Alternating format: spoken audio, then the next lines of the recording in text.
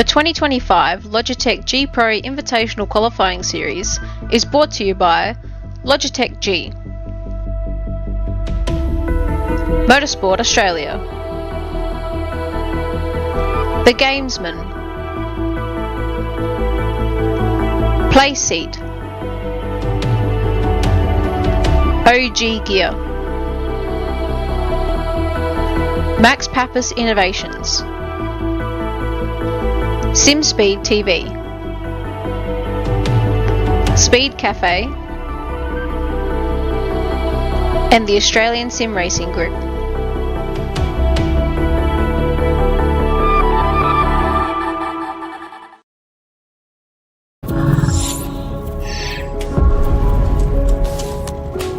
The Racing Series is a new milestone in Logitech G. All the great old wheels, the G29, the G920, the G923, they all have their own unique way of connecting to each other, but there's no room for expansion with those products. So the question arose was, what if we were to give the opportunity for the racer to switch out from a drifting wheel to a GT rim?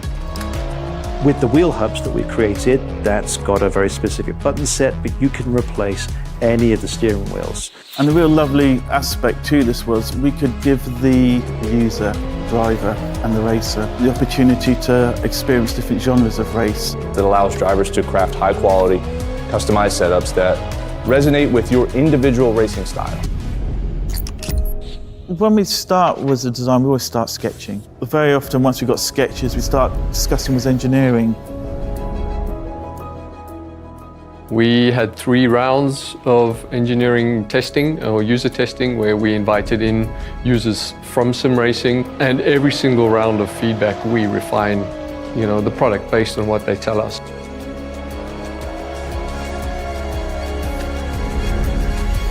In the sim racing lab, again, we're going to use data to really analyze what a driver needs. We've used everything from eye tracking to the inputs from the pedals, the inputs from the, let's just say, input devices, the wheel and the pedals, the shifter.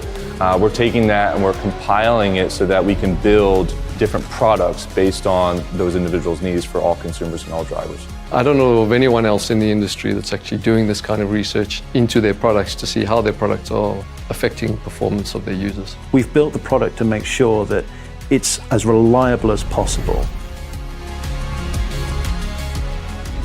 So the innovations in engineering that I'd say we're most proud of is the sequential handbrake and shifter toolless changeover. This is now a patented system, so it's really easy for the user to just switch between modes. If you give people the tools to do what they want, they will. They will just go off and have fun.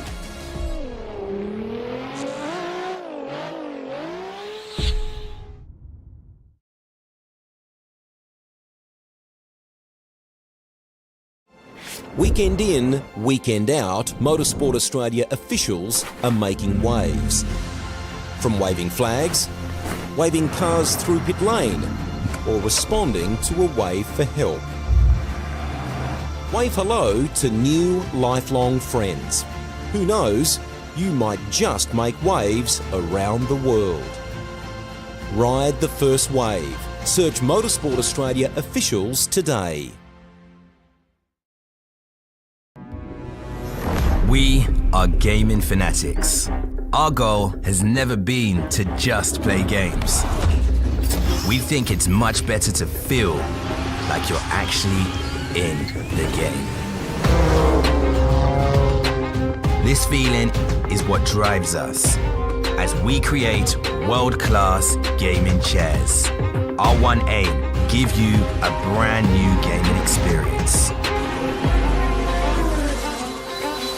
Help you move in perfect sync with everything on screen. Make sure you're having a ton of fun. It took us decades to achieve this, and we're still not satisfied. Every day, we wake up to get better.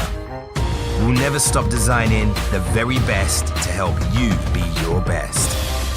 When it's all said and done, our job's only done if you're in full flow and focused on your victory. May you win, and win big.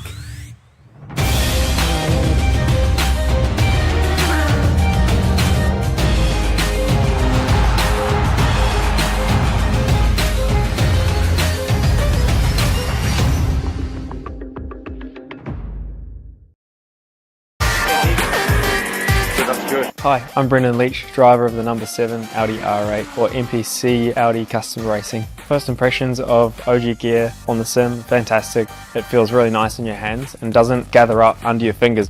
The sock, very breathable for me. I get sweaty feet when I'm on simulator. I know that's not the nicest thing to say. It has just the right amount of grip because your feet do just naturally move around on the pedals a little bit, and I like the way that they give you that freedom but also give you that stability that you need.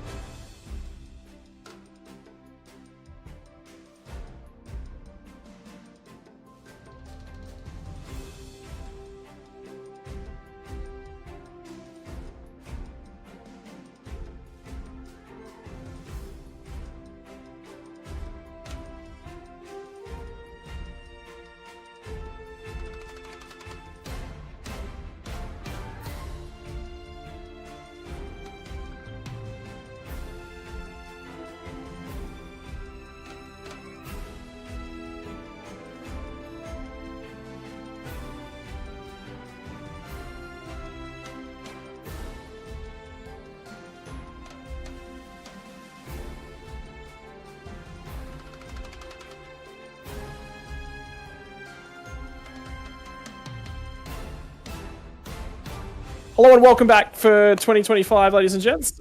Glad to finally have you with us as well. Kicking us all off here for season 2025. We had ourselves a very long off season. It took us a long time to get here, and guess what? There were so many changes right along the way. Last season's champion now sits on a new team. Better yet, he sits inside a new chassis. It's Gen 3 era, Sandman. And wow, we get to start it from Sebring, where his run to the title, he got the luck that he needed. Now he's a champion. Yeah, absolutely. Good evening, Scott, and good evening, everyone, wherever you're watching around Australia or indeed around the world.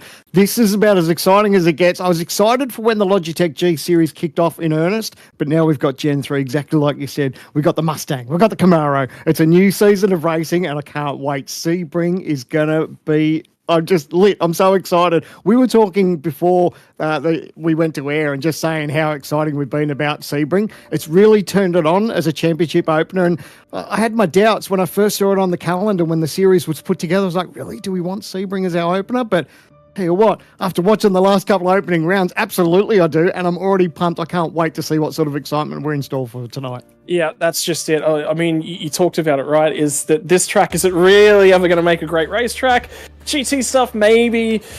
You know, some open wheelers, yeah, it's kind of right there. And I looked at supercars when I was on deck for the first time last year, and I went, oh man, I'm not really looking forward to this. It stacks up. This has been one of the greatest races on the season for the last couple of years. And you sit there and go, how does it all happen? Well, first and foremost, it's because it's in this location, all the way down in the southern part of America, right down there, right next to the Caribbean. It gets some lovely, weird weather, and it plays host to the unofficial 36 hours of day of Florida in terms of your American endurance calendar. But this is what the layout looks like. Sunset Bend. This is where the drama kicked off in earnest. The big one. It's an ASCAR term, but supercars and iRacing made it its own last year from this very circuit. Absolutely. It was very much fitting too when you saw the drama that unfolded, and you look at that layout, there's plenty of different undulations, different corners, all the rest of it. But the thing that I guess really gets the driver's attention is the surface. We go from concrete to tarmac. We've got bumps, we've got ripple strips, we've got curbs, all the rest of it. So it's a really great racetrack. And like you said, sometimes people have their ums and ahs about what this racetrack might provide for racing, but it's actually been an absolute ripper. Yeah, I was actually just watching quite a few of the onboard shots, and some of the lines in a GT car where you've definitely got quite a lot more grip as you head down into turn one. They're carrying the brake for what feels like forever. And in terms of what we've got in store here tonight as well, guys, we are going to be talking tyre deck. By the way, Sam, remember that Debris model that we got for the qualifying series? That's had a few updates. We may not see as much impact from the marbles, but we get to see this really cool thing where the drivers actually get to see the marble flag. Here is the big moment. We were talking about this, and this set up the season. So many cars that were championship hopefuls taken out in this very next shot. Yeah, and who would have imagined right now the drama that was about to unfold? You look at this and you think, yeah, there's a couple of drivers here going for a win. It all gets juicy. And like you said, in NASCAR terms, we saw the big one, bang, right in front of the field. And look how many cars this collects. There's no way that anyone was going to predict what this happened. But the way it all unfolded, so many drivers were just absolutely left gobsmacked because you couldn't believe how many cars and how much damage there was. Yeah. The quality of cars was the big one. We actually saw Robbie Gibbs take his first ever championship race win. Richard Hampstead actually crossed the start-finish line first. Post-race penalty relegated him a lot further down the field. That's what it looked like driving through everything that went on. All of the big cars, all of the big names were involved. There were so many DNFs out of this one that it really cast the cat amongst the pigeons. And Sandman, what more have you got for us from the G-Hub for round number one? Well, it's all about Sebring, isn't it? And then we think about this race and what it's, we've touched on it, the drama, the excitement and everything that it's brought to us.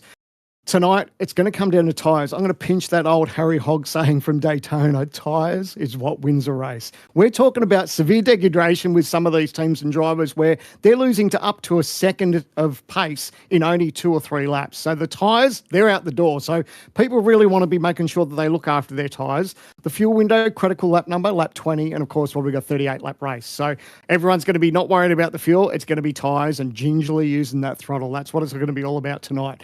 You touched on earlier before that Dylan and the impact that Lobs Esports had in our championship last year. It's going to be interesting to see how they go. We saw an amazing qualifying series with the teams and Eclipse Sim Sports.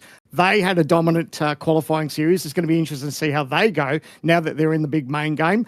And, of course, our big safety car factor. This has played... who would have thought the amount of, the role that this played just in the qualifying series, and no doubt, like what we've already seen from some of the carnage tonight, it's probably going to play a bit of a factor again tonight. But while we checked all out, let's go and check out all the action now as the teams and drivers are on track as they get ready for qualifying. Yeah, it's over a 2-minute lap around here as well. Qualifying laps, you're not going to get many of them, so you've got to certainly get it right earlier on. A little bit more pressure. Stand down, minute lap time, half the lap time. You get double the opportunities to go and set your laps. So first car's out of the way is going to be Brenton Hobson in the 88. New colours for him. Ran the qualifying series with the silver liveried Synergy Sim Racing car. I was asking him, well, you nicknamed it the Silver Bullet. Have you got a nickname for this one? And he said the Bradbury. Because about the only way he's going to win a race is if he gets Bradbury. But that happened last year, so... Oh, and Hobbo's, look, don't take it away from him too. He's always been there or thereabouts, hasn't he? Like it's and so maybe it's a bit of a mind thing. He's going, like you said, ditch the silver bullet, go with the golden beast, and let's see how it all plays out for him tonight. Yeah, well, getting this qualifying lap in nice and early, particularly on a clean track. 49 degrees Celsius in terms of track temp at the moment as they shuffle their way through the end of the first sector, run our way down and through the hairpin, the little kickback, the left and right through 8 and 9. Now we're down to Cunningham, the right-hander here. This is one of the trickiest sections of this track. Traction right here is supremely difficult. I cannot wait to see what they're like on old tyres. Yeah, well, and from what we're hearing, old times might be about 2 or 3 laps into the race from some of the deck that we're hearing. Like that's insane. But you look at it on paper and you think, yeah, it's not a bad layout. It's pretty easy, turn here, whatever, and the rest of it. But it's like you said, it's that throttle application and getting the power down and making sure that your tyres behave just so you can put a decent lap round you. It's easy for these cars to get away from you around this racetrack. Hobbo's already in. The thing I was watching actually was getting to spectate a couple of his camera shots from the onboard lap in practice. The tongue was poking out the mouth. He was focused. And do you remember, was it Warney who licked his lips? I think it was Brad Hogg who licked his lips. As soon as that tongue came out of Brad Hogg's mouth, you knew that he was on for a night. He was going to bowl up something a little bit different, try and trick the batsman. Well, Brenton Hobson could be trying to do that from behind the wheel of his Chevy Camaro. The first time in the Pro Series in earnest. He's run his way through the qualifying gauntlet. The Eclipse Sim Sport cars in the background of that shot are about to fire their way across the start-finish line. 2:04.870, the early time from Hobson. Not one of the quicker laps. Looks like there was a couple of mistakes. James Scott, 2:04.140. First driver into the ones inside of those 2:04s. We weren't seeing many, if at all, any of the threes in the practice session. Indeed, there was not a single 2:03 set. There's a car around on the run to the first turn. Madison down out of the final corner. He's going to complete that run to the start-finish line as well. Had the number 1 on the car last year. Now it's back to the 77 for Madison Down. You can see already that was a little bit of a shake of the head, wasn't it? That's a lot more emotion than you see from him most times. So he's certainly up and about. I don't know about the disappointment. I don't know if it was a shake of the head. Maybe it was just that he couldn't believe about how far off the pace he was, which wasn't that much at all, 0.088 of a second. So a 4.228 to Alita's 4.11 or 1.41. He probably had it on it, but there was nothing in it. The other big thing I'm noticing from this first round of laps as well is only about 6 or 7 cars who haven't actually set a lap. So the bulk of the field have got their laps in early. Oh, and by the way, 45 drivers make the Pro Series. 45 drivers in attendance for night number 1. They're all here, the class of 2025. Brian Borg about to start his first lap. No, he's on his way to the pits. Got himself a touch off sequence as he's going to dive into the lane. He's one of those drivers who will not set a lap time on the first time of asking. And here it is. That's the race-winning car from last year, as Robbie Gibbs makes his return to the series. Now, don't call me biased, but that's a good-looking race car, isn't it? With that Logitech paint job all over it and the silver and the black. That looks really good. Oh, I like that paint scheme. Do you like close to the ground they get the nose of the car as well? Because it is quite low to the ground. Replay first of the night for the 94 machine of Jared Filsell. comes off the final corner. This might have been the car that was around, actually. And giving us some dramas. Too close to the pit wall. Oh, big impact and gets stuck. Oh, man. And that's just him trying to utilise as much racetrack as he can. Obviously, pulled it out wide to get that turn in, just clipped the wall, and unfortunately that just, that stopped him short real quick. So a lot of damage, as you can see, and he just needs to fire it back to the pit lane, because obviously where that incident happened, he didn't get a chance to make pit entry. That was well down the front straight. So unfortunate, a lot of damage, but he'll get back and get going again very shortly. Yeah, he's got a fair gap to the next cluster of cars that are behind him, but that'll pop him out of the train. Benefit is that he will at least be on his own for the rest of the qualifying in terms of clear air. Won't have to juggle around. He's probably not going to get much of a tow, though, so they might re-strategize how they're thinking about qualifying from Lobs Esports. And let's talk about them. Chiefs Esports, new to iRacing in 2025, and there's the alternative angle. See how the wall just juts? Yeah. Yeah, you can see the kink in the concrete there. So that's obviously where iRacing's replicated where that kink is, and unfortunately he's just nipped that. Obviously the car wouldn't have come to a complete stop like that in real life, but unfortunately that's just what they have to be mindful of. They can see that there's that little bit of wall that sticks out. No doubt that'll be playing on his mind now. He'll be a little bit more careful, I'm pretty sure, going into that next time. Dylan Rudd was actually the car just behind him, who was, again, a teammate to that of Jared Filsell last year. 2025, Chiefs Esports. Now, I've got an esports background, so the Chiefs name does mean a lot. Came out of League of Legends, was where they started their first team. Had a separating with their old team. They looked about the place and decided they were going to set up shop as an esports team running for themselves instead of working for other people. That organisation has gone on to be quite successful and make waves not only in League of Legends, Counter-Strike, Rocket League was the one that I was thinking of. I was about to say Car Soccer live on air, and I would get murdered brutally for that one in the comments later on. But now they're here and in iRacing and making their impact. Championship leader and P2 from last season, both on board the new Chiefs Esports team. And how quick time flies. We're under 11 minutes to go now in qualifying. And like you said, there's a couple of teams and drivers that haven't managed to bank a decent lap yet. So that'll be playing on their minds. We talk about it each and every week or each and every round, that it's so crucial just to get a banker in. And you don't want to start leaving it too late. But what are we up near 10 and a half minutes to go? And how will it come up the new paint schemes and stuff that we're seeing on track too? That's one thing that I get excited about for a new series, is that we get some new paint jobs. We're obviously bragging about how great the new cars look with the Chevy and the Mustangs, but the new paint schemes. And hey, there's our old mate Bo Albert. Just thinking back to a few of the things he said about qualifying cars from the qualifying series and the differences in terms of how you set the car up, and just have a look at all the little micro corrections that he's got to have in that car. Attitude in at the rear end as he comes out of turn one as well. So you're being aggressive trying to get that turn in and point, but that car is not going to be a great race car, so you'll tune some of that back out to look after the tyre a little bit more. And he's in behind two of the Eclipse SimSport cars at the moment for Bo. And a huge shout out to all our drivers that do provide us with live feeds from wherever it be, their living rooms, their man caves, or wherever they happen to be racing, because it really does give us that insight, isn't it? And it brings that little bit more realism to our series, where we can see the drivers right behind the wheel as they get stuck into racing and qualifying. So big shout out to Bo and everyone else who's provided the live camera feeds. It's brilliant. Yeah, and the big thing is, look at how much steering lock he had to put in the hairpin. Did you see him cross his hands over? Yeah. So, and then he had to very quickly unwind some of that as the car. And there, that's the exact zone that I was just talking about in terms of traction. Look at how much the rear end of that car is just lighting up at the moment. That's something he will be looking not to do in the middle of the race as he heads his way on down to the Le Mans chicane before he'll enter the back straight. Pick up a ton of curb on the right-hand side here. Use about as much of it as you dare. Back over to the left, not too much there. Slow down penalty on the left. And you can pick up one by too much curb on the right here, but you've got to get that drive out the other side. And does so. I love this track because it's a driver's track, isn't it?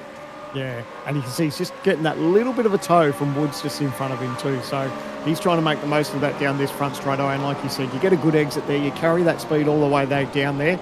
And now, one thing I've noticed here is how close the drivers are in that apex, right up against the wall. I know in different series you'll see them sometimes take a wide entry and all the rest of it, but the supercars tonight are really tucked right in.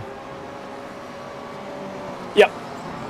I love the profile on them, just how attitude-based they look. I was actually talking to a few of the Tasman boys, I believe it was, earlier on in the week, and we were actually talking about ride heights and what you can and what you can't do in the car. And now, look, you can model the car pretty closely, but you can't get everything out of it. Sometimes that'll make issues in terms of the sim, and to prevent bugs and issues, you've got to take a little bit about that. That's the difference, isn't it, in terms of the simulator world?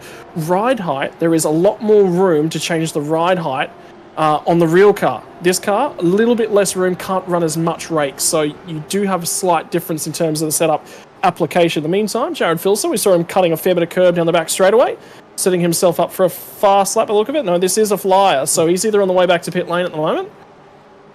I think that might be. Some movers and shakers too. We've seen Zach White, he's peeled into P6. James Scott's improved, so he's the only car at the moment into the threes, the 203.994. We see the big slide from Jared as he enjoys himself heading the pit lane. But for a moment there was only a tenth of a second covering the top five, and you can see just how much that changes with James Scott moving the marker, and that just blows it out a little bit. So Dylan Burst in second, Job Stewart third, Griffin Gardner fourth, and Jared Filsow rounding out your top five so far with just under 7 minutes to go.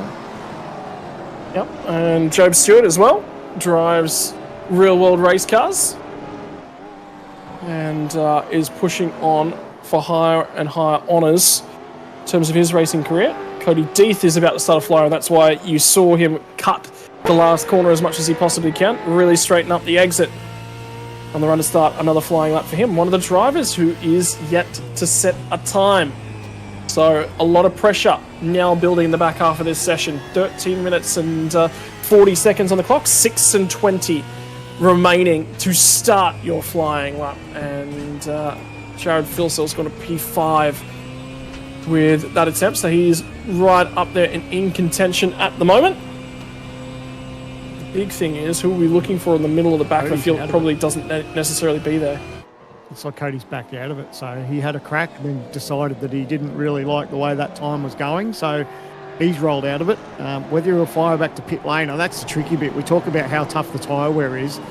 He hasn't done a half a lap, so those tyres still won't be too bad, but he'll probably baby it because I guess with the clock the way it is now, you're really going to put your pressures on if you fire back to pit lane and make another change for tyres. A lot of these drivers that are in the lane now, they've already sort of got a decent time under their belt, but in Cody's defence, he really needs to get on with it now because he hasn't even got a time on the board just yet. Well, I've just seen him actually surge past Jared Filsell, so he's cracking on, and he will be coming back into the pit lane to grab another set of tyres, and he's going to be down to his final attempt. So pressure on your debut night, not the way that you would want to be going for this one. But in the meantime, 222 machine, Jacob O'Reilly returning to the series.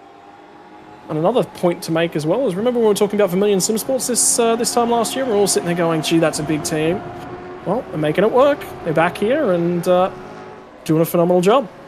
Yeah, that's the exciting bit, isn't it, with a new season ahead of us. And there's always driver swaps and teams, where the teams are sort of shrinking or growing and all the rest of it. And it's good that we start to see some of these teams really starting to evolve. And well, you said you touched on before the newer teams joining our series, and that's exciting not just for us, but everyone watching at home too. That it really opens the field. And you said 45 drivers tonight. That's pretty awesome. Yeah, that's huge. I can't believe we're back here again with another class of 45. Final 4 minutes of qualifying. Enough time to roll out of the pit lane and start a flyer. And if you're not in the session, if you're not there and ready to go, drivers that have failed to set a lap time thus far: Cody Death, Matthew Bowler, Dylan O'Shea, Brian Borg, Hayden Veld, Sebastian Van Dell. The drivers yet to set a lap time. So what's that? We've got 6 of them at the tail end of the field at the moment. Here comes the qualifying games. the best thing that Jacob could do there is flashing the lights, just letting drivers know he can see a little bit of traffic that he's having to deal with. It looked a lot worse into that braking zone when he started flashing the lights, but a couple of drivers got out of the way, and now it looks like he's got a little bit of clear racetrack. But that's always one of the nervous times for these drivers, or any drivers in any series, is in the qualifying. The last thing you need is to come back on slower traffic. They're doing their best to get out of the way, but even if they give you that space, it's still that distraction, because you're trying to throw everything you can at this car and racetrack, and just that little bit of distraction can do you so much harm, even though that the other driver's best interests are to get out of your way. Out for Jacob at the moment, coming towards the back part of this lap. There'll probably not be enough time to get into the lane and get another one. So this will be his final qualifying attempt.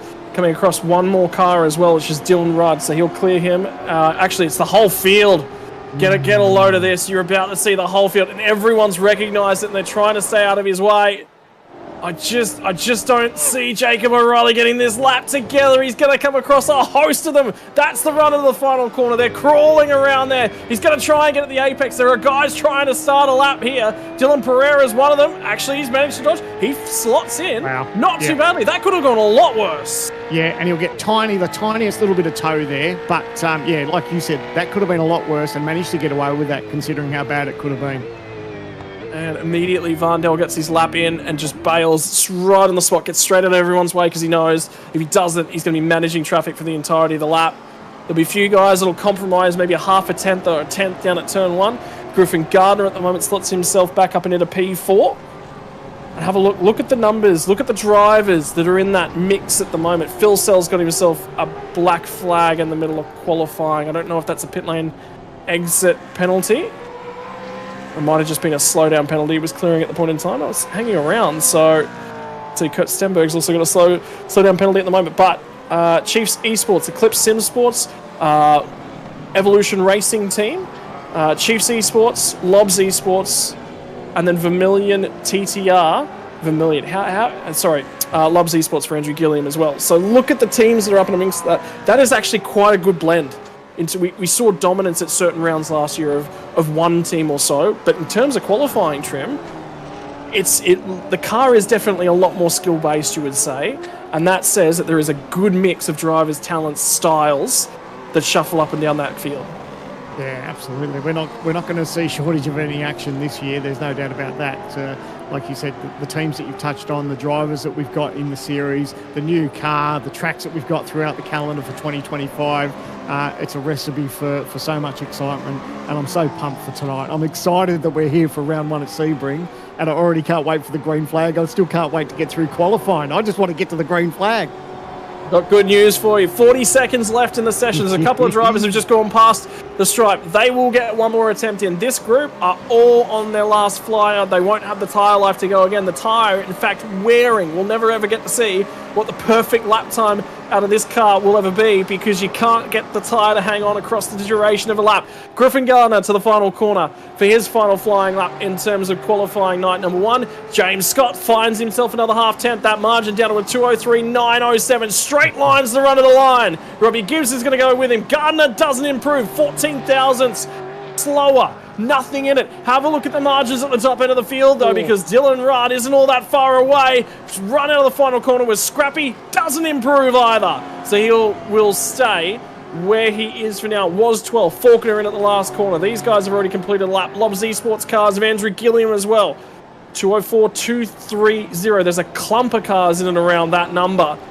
Doesn't improve on his flying lap, so he will be a couple thousandths. In fact, it's a single thousandth of a second according to timing and scoring behind Madison Down. Kurt Stenberg, quoted from the qualifying series, qualifying was not his best asset. He was supreme in the race. Really, really loved the race car they were able to give him, and he kept improving positions all night long. Cody Deeth, one final attempt at getting the lap together.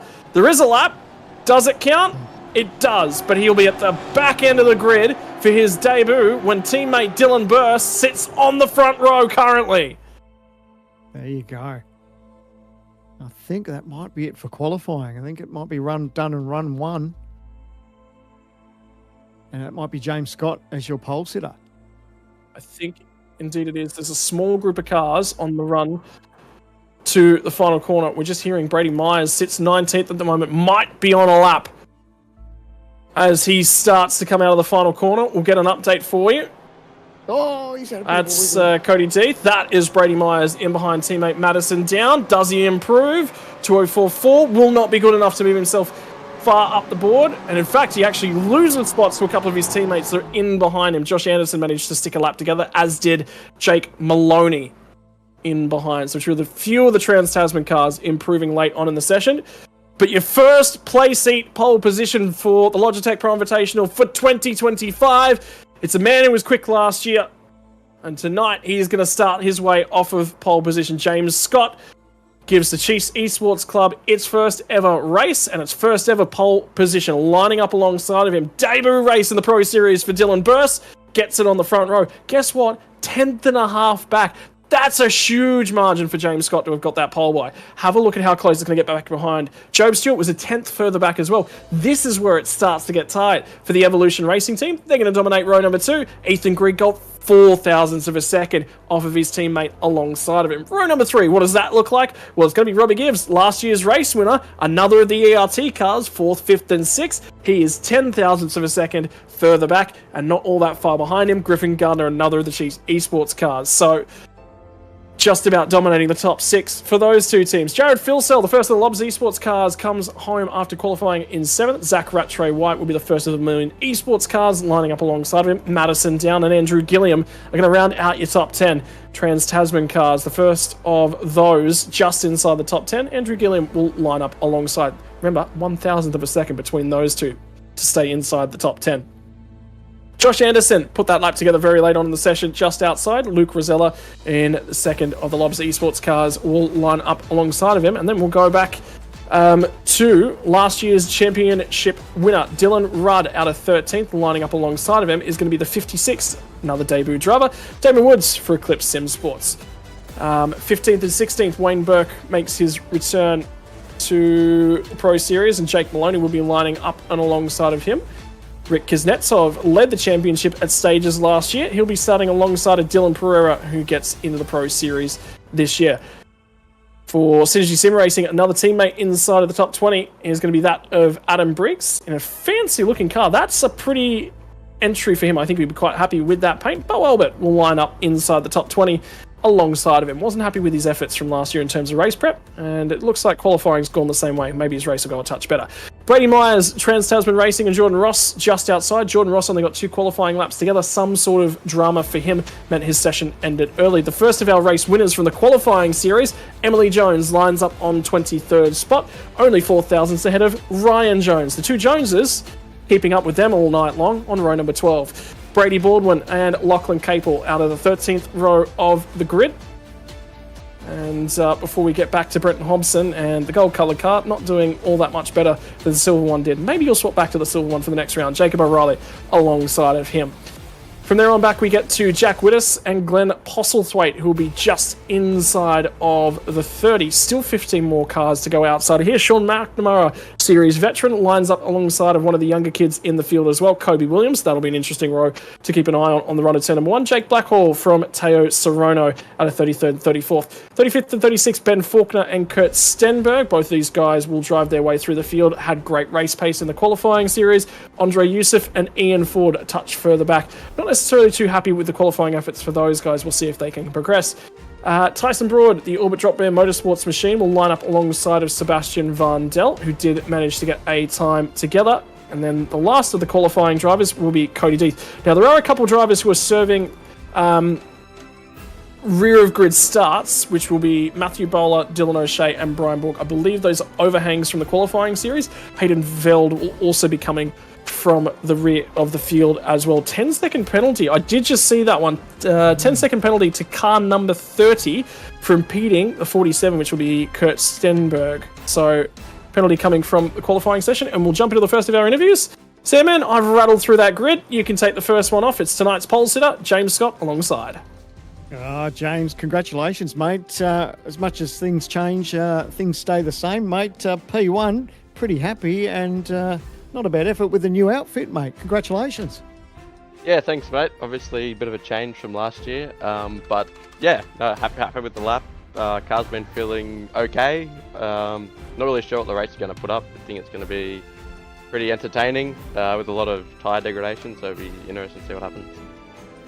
How's prep been coming into tonight? Obviously, it's been ace because you've been able to put it on pole, but were there any concerns coming into this season? Like you said, you touched on a brand new team for this year and a great looking car. Obviously, the pace is still there and you'd be pretty excited about 2025, I would imagine. Yeah, obviously really excited for what this year has in store, but I think everyone's sort of in the same boat. It's, very obviously the first round, which means, everyone's sort of in the dark about what the speed is like. So, we'll get a bit of an idea after the race, but minimal preparation. Yeah, so moving our way a little bit deeper in the field. Thank you very much for your time, James. Good luck in the race. Get the head down, and we'll see you on the other side. Thanks, man.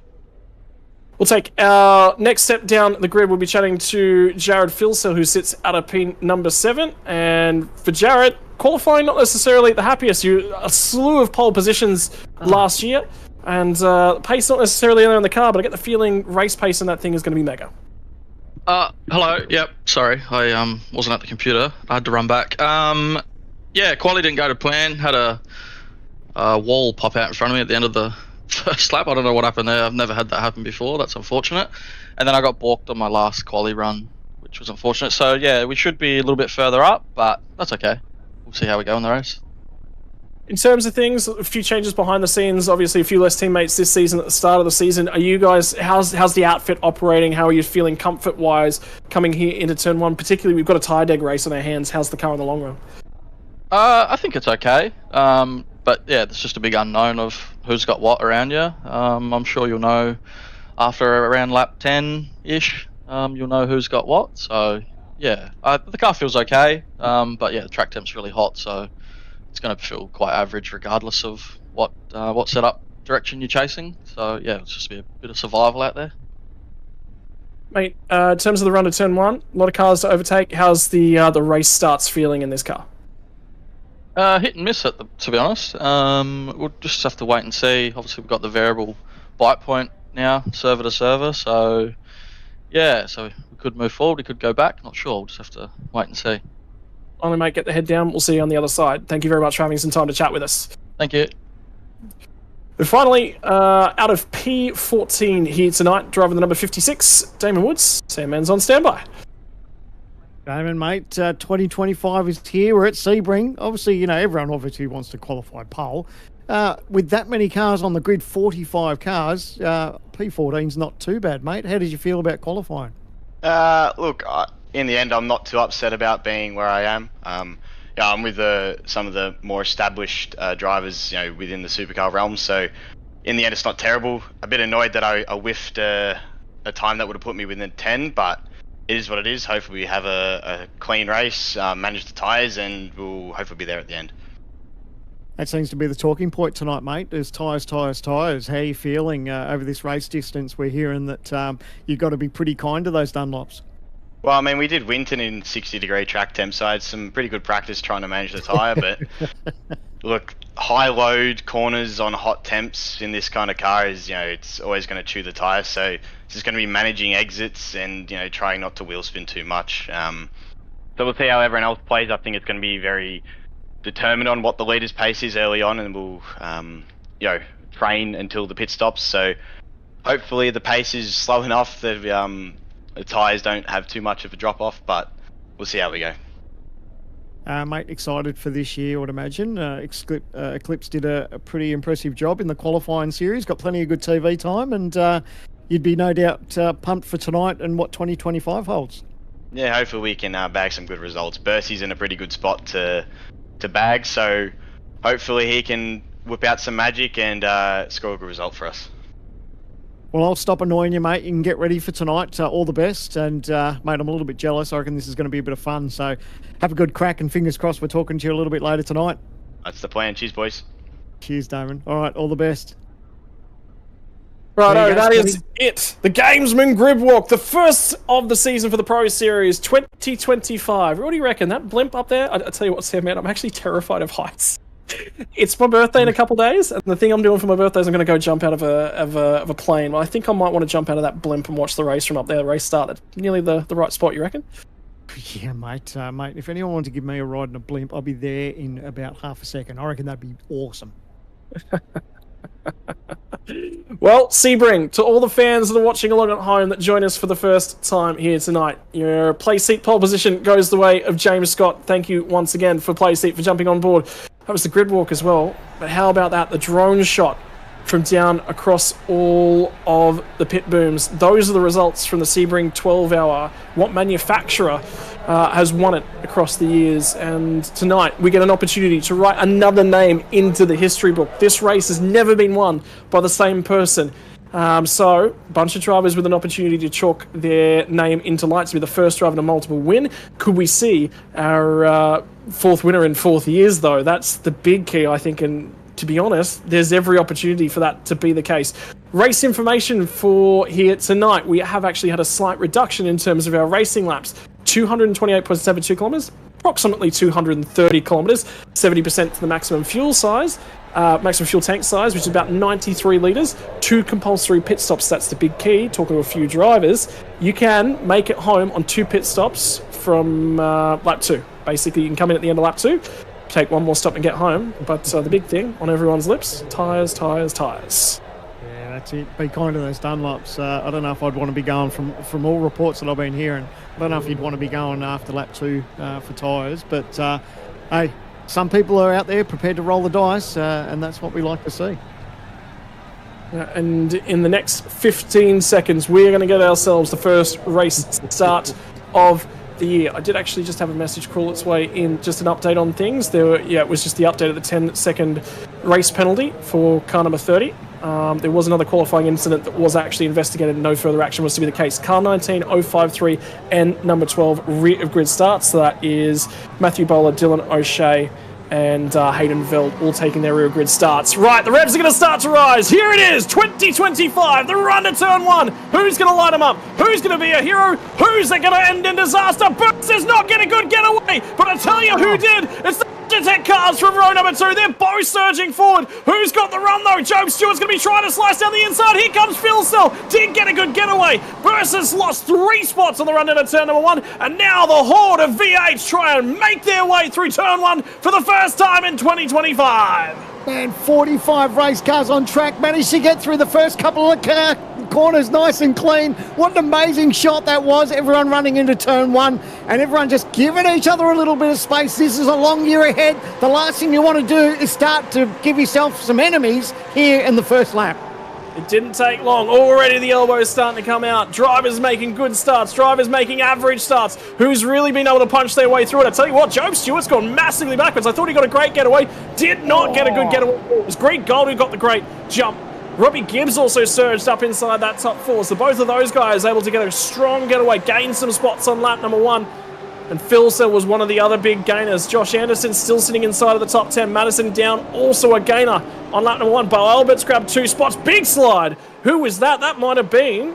I reckon that might have been Job Stewart. It had a big tame slapper on 3 wide as they enter tower. Oh, it's not over yet. Oh, look at them still banging door handles. Have a look at just trying to feed their way through there. Giving each other plenty of room there, but it's all heart and mouth stuff for this opening lap. Everyone's done an amazing job so far. Speaking of amazing jobs, you touched on Jared Philsell, P3. We were speaking to him on the grid. He was in P7, so an amazing start for Jared. Yeah, and if that car's got a little bit better race pace and it does have quali trim, they better watch out up at the point at the moment. Out of P4 as well, Robbie Gibbs, cast your mind, 12 months ago, race winner from this very circuit, and now he's inside that top 5. Whatever it is about this new chassis, it's working better for the driver of the 31. Deeper in the field, you're having a look at the battle for the back end of the top 10. Josh Anderson inside the 10 at the moment. Luke Rosella blew an engine this time last year, was one of the triggers of the first few safety cars that kicked it all off as they round the final corner. Lap 1 in the books of 2025. Oh, and there's 37 more of them to go tonight. How good's that? Everyone's done a great job. I don't know if everyone got away scot-free on that first lap, whether there was a little bit of carnage, but I think we're just going to try and tee up a replay and see what might have happened. But basically, for the most part, for all these cars and drivers, they are all pointing in the right direction. But here we go, the OG Gear replay, and this is what we talked about. Looks like fairly calm so far. Oh, just a little bit of crossover there. Unfortunately, got spun around and bang into the tyre barrier. That was a decent hit. Took the bumper off it. Took the bumper off it, and as you can see the tyre poking out of the guard now as well. So I wonder whether or not there might have just been a touch of alignment damage back there as well. And he's back out there and circulating, but he's a little way off the back end of the field, so it's going to be a lonely old night for the 951. Dylan Burst has just gone very deep at Cunningham, and he's going to lose a couple spots. So he's getting boxed about the ears a little bit at the moment, and they're all crawling all over each other. Madison Down's going to try and get down the inside. He's lost spots to Griffin Gardner, Zach Rattray White, now Madison Down. So he loses 3. Tiny little mistake in the Gen 3 chassis, laden up with fuel. Have a look at the rear end of these cars and how much closer to the ground they're actually sitting. And the front end, so much higher off when there's a lot more weight in that rear.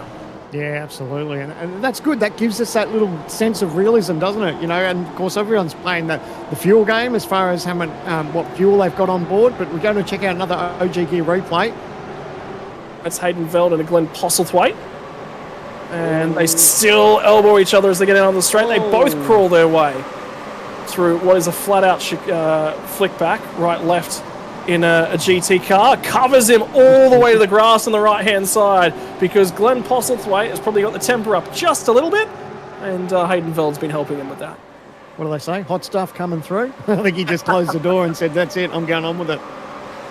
Well, run down to turn number 1. James Scott has led them all thus far today, and Robbie Gibbs pokes his nose in and steals fastest lap of the race. So the Evolution Racing Team machinery is quick tonight, and they've got a few of them up there at the pointy end at the moment. Now, the tyres, they'll start to fall off. What's the fastest lap of the race? Oh, it's only a high 2:04.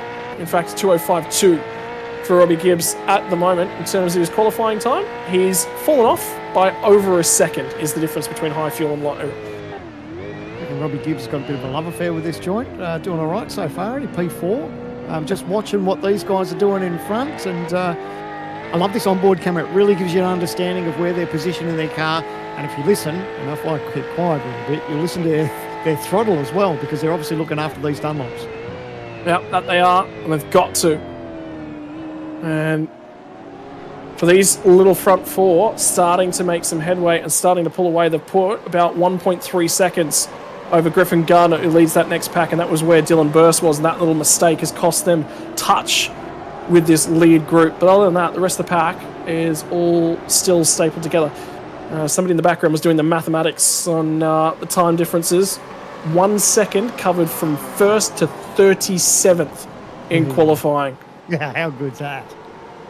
So nothing in it, and there was a bunch of drivers not happy with their qualifying laps, so there could have been a whole lot closer as well. Such was the difficulty in putting it together. By the way, Sandman, new curb models here at Sebring. That's some of the 3D curb work. You can actually see the grooves in the curbs, which was not a thing this time last year. It's Jared Philsell trying to get to the inside at the moment of Ethan Grieg-Galt. Yeah, I reckon that was smart of Ethan. He just opened up the steering wheel and said, off you go, Jared. You want to have a crack? Let's go. It's only lap 3. End of lap 3 to start lap 4.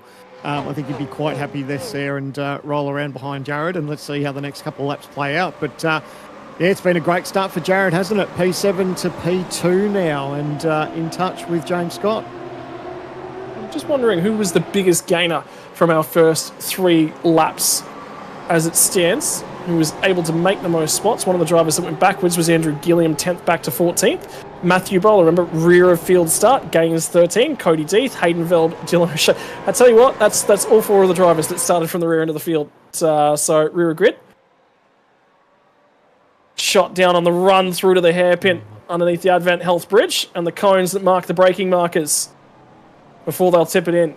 45 V8s in Gen 3 chassis make their run to the hairpin, and then they tip it in. Scenic shots from the outside of Sebring.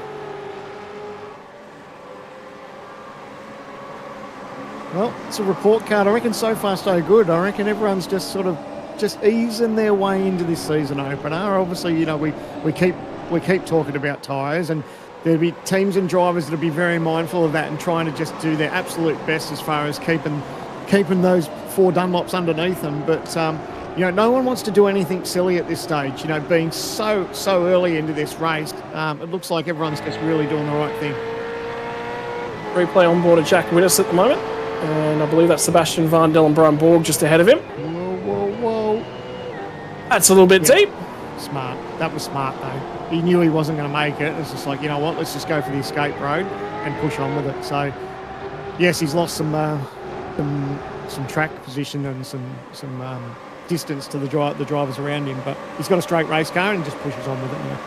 Yeah, luckily enough, there was that little hole just ahead of him, so he didn't clean anyone out either. That's a little bit of luck that goes his way. Will stay alive and get an opportunity to keep pushing his way through. Think back to Hockenheim. Matthew Bowler's run through the qualifying series. He got very close to winning that race then, so he's had good pace, even though he's had to come from the rear of the field here tonight. Oh, big issue. Dylan Burris is done. That'll be That's a safety on the front car. straightaway. Yeah, he is parked. That's massive damage to the front of that Chevy. Nosed it into the barrier. Oh, he's managed to get going, though, so I don't know if this will be a safety car. The race stewards will let him go. He's got away with it. So it'd be interesting to catch a bit of a replay to see exactly what happened. Whether he's nipped the wall or whether he's actually had someone that's actually turned him round. We're going to have to check out a replay. He was in and around, I think, Anderson at that stage. So here we go. So Anderson is behind him. He's all by himself. Oh, he's touched the tyre barrier. Oh, that's heavy contact too. You know what? Everyone will go, man, the wall's right there. But that is so easy to do when you're on the limit and you're trying to get on the throttle, let the car drift out as far as you can. Unfortunately, just clip that tyre barrier and that nosed that car head first into the wall, and he's carrying a fair bit of damage. So that's a trip to pit lane for him. That was a big hit too. So I just hope I had the opportunity to apologise to Bo Albert a couple of weeks ago when running a different event. I made contact with him and actually hurt his wrist. And I'm wondering for Kobe whether or not he might actually be okay with that one, because that was such a big hit. Speaking of Bo Albert, that's what he looks like operating at the moment. You just see the force that's going through that wheel. And that's the improvement on the technology that we've got in sim racing now, that these wheels, the amount of feedback that you get in these wheels, like you said, for people to hurt their wrists, that's not a rarity. Some of these big shunts and the whip in these wheels, it's easy to get caught out. So totally understand, and yeah, you just hope that everyone's managed to, especially with Dylan, as far as that was a decent hit. So yeah. And for Bo at the moment is on the improve out of 20th spot on the grid up to 16th and making progress. Hayden Veld, the driver colloquially known to his teammates and friends as Bud, with that famous finish from, I can't believe he stuck that on the questions and interviews that we gave him last year. Said, all I want to do is finish 27th from Road America. Tick that box. That was one of the going stories from last year, and he is going to remember that for the rest of his days, because we're never going to let him forget it. What are the odds? What are the odds that actually happened? That's so funny. Love it. Well, at the moment, he's going to work on Glenn Postlethwaite. And Posy will be in a touch of strife as the Evolution Racing machine ranges up onto him. Back into the top 10. Look at Madison down, working hard as well. And he is focused and concentrating. Look at the eyes. Sometimes they just got so used to the old cars, they didn't have to try all that hard, Sam, but he is heads down, working hard. Yeah, well, all the drivers have said just how different it is. Look, he's even accidentally bumped the wiper there, so you can see he's hard at it. And these drivers are saying just how different it is for these drivers to get their heads around the new car. But that's what's exciting about this season, is that with the new Chevy and the new Ford Mustang, Gen 3's here, and it feels like it's been around for ages. Obviously, it only came into the new year, or just at the end of last year, but we obviously saw it in the qualifying series, but pumped to see it for round one, and it's here for 2025, and I know there's a lot of teams and drivers that are really excited about it. Yeah, talk about lap times have all now fallen off over a second. And Madison actually went to wipe some sweat from his brow. I actually saw him get to drive his actual race car after he'd lost power steering pump in that car. And he looked quite red in the face and hard working on that day. And he doesn't look too different at the moment, such as watch how close these drivers are getting to this tyre barrier. And we're looking here for the blackout OPR car. Sorry, my apologies. The Orbit drop bear car. Always get those two teams. Oh my word! My goodness. Is that Ryan Jones?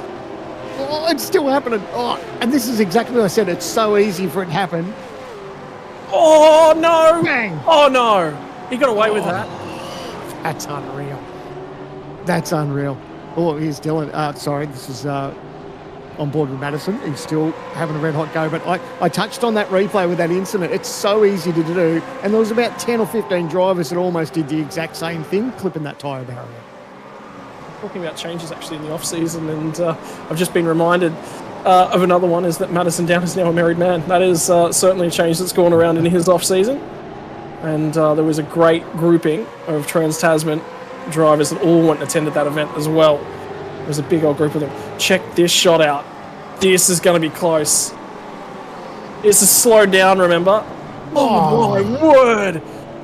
You want to be a left front quarter panel? No, thanks. I don't want to be a wing mirror. No, thank you. That's a great shot because it had everything going. It had the heat haze from the exhaust and had the car wiggling up against it. I was on, look, have a look at this too. Look, these guys having a red hot go. Pull up the inside. And he's managed to get away. Oh, he's not quite clear yet. They're still going to fight it out. Stenny's holding on. If he can hold on to the next corner, he's got the double inside here. So inside right-hander and then the right-hander again. Oh, and he gets away with it. So there's position change for Kirk Stenberg. But how's the traffic? Brady Myers has seen what Stenny's done. He's like, you know what, I'll have a piece of that too. He's going to have a crack around the outside. So it's holding on, putting the stress on those Dunlops. He hasn't been able to quite get the job done. He's going to have to get back in line. But he's like, man, if Stenny can do it, then I'm definitely up for it as well. Speaking of drivers that actually went backwards in terms of their lap one, Brady Myers is actually one of those. Started out 21st, 38th at the end of last lap, now 37th. He's made a little bit of a gain, and something's happened. Oh, hello. To the Bradbury. Oh, no, that's a pit stop. He's rolled the dice. Lap. No. Yeah. Okay, it's early. We're having a bit of a discussion in the booth. Oh, Phil Settle! Oh, Jared holding onto it. He did. Man, that was drifting at its finest, wasn't it? But he managed to hold onto it. But, yeah, I wonder if Hobbo decided to fire into pit lane thinking that there might have been a safety car with that incident on the front straight away. But, hey, who knows? That might work out in his favour or not. But, boy, oh, boy, how's that shot? Here we go, the OG Gear replay. This is on board with Jared Filsell, having a crack at James Scott. Oh, just the car gets away from him. I went to the tyre, maybe the right rear got on the grass perhaps, or just got away from him, locked up under brakes. But, mate, he did a good job of holding on to that, didn't he? Yeah, that he did. Job Stewart's also been on the slide down through the positions. Remember, we talked about how poor his start was. Well, he's starting to try and work his way back through, and there's a queue of cars forming up in behind Madison Down at the moment. He's going to get a little bit of a reprieve. Look at these boys, Josh Anderson and Job Stewart going toe-to-toe at it. Both of these guys, real-world racers. And there was a big accident last year at the Gold Coast for Josh Anderson. Job Stewart's had his fair share of those, so they pay each other a fair amount of respect, those two. Luke Rosella's picked the pockets. And now Dylan Rudd is in this one as well. They're all moving and shaking all over the track because they're just getting them offline, breaking that concentration, breaking that perfect little bit of momentum, drive out the other way. How good was that action? Those drivers just having a red hot go through the S's, just not giving an inch, but, mate, good racing. So Downs fallen back that little bit from Zach Rattray-White, and that's starting to, I wonder if that's putting pressure when he's got his teammate in Josh Anderson there with Luke Rosella, Job Stewart, Dylan Rudd. So it's pretty close there from 7th on back, and that's probably not something that we're used to seeing with Madison Down. No, yep. Certainly, I mean, he's there. Obviously, the talent's showing itself, but whether they're not all the way up, yes, there was a right rear in the grass. Anyone, I think I might have watched a race or two in this, eh? You weren't spectating the Australian Grand Prix from the weekend, and Kimi Antonelli and George Russell both did the same thing? Oh, yeah, don't get me started about the Aussie Grand Prix, eh? Anyway, but yes. But look, at the end of the day, that was a brilliant save from Jared, and still kept the car pointing the right direction, and now he gets another crack at James Scott a little bit later. If he's got rear tyre, is there a little bit of damage to the front end of Luke Rosella's car? That looks like a centre punch on that Ford Mustang. Like there is. It's just a touch crumpled on the front end. Yeah. That's just Braille for I'm pretty keen to get past, perhaps. I don't think he's been hurt. He might rough that up a little bit more before the back end of the race gets to us. But certainly cracking along at the moment. And Cody Deeth up to 26th after starting out of 41st here tonight. So he's now plus 15. Bowler's up 15 as well, 42nd to 27th. And they're both gaining places on this lap. They're in a little bit of a battle pack. That's actually a great job. You remember Jared Filsell actually started from the rear of the field last year? Yes. Drove his way completely through. Yeah, absolutely. That's a fair effort around any racetrack, but around here, absolutely, that's a great job. We've got an update on how Rosella's car changed its appearance. Have a look at the contact that was going on up ahead of these guys, and that's how Madison Down lost the rear end of Zach Rattray wide up ahead of him. Job Stewart banging doors, still banging doors. There's going to be a check here in a sec for sure, because where do you go if you're Luke Rosella? You want to go down the inside, you can't. He's got Anderson there. Oh, bang! Just that little bit of a touch there. Got away with it though. Didn't do too much in the back of Anderson, so. They built those TTR cars strong. Well, maybe another one here. I think this is where we caught the battle right about now. Little love tap. That looks car totally fine. Gets away with it. Saying, come on, Indo, let's go, mate. Let's get on with it.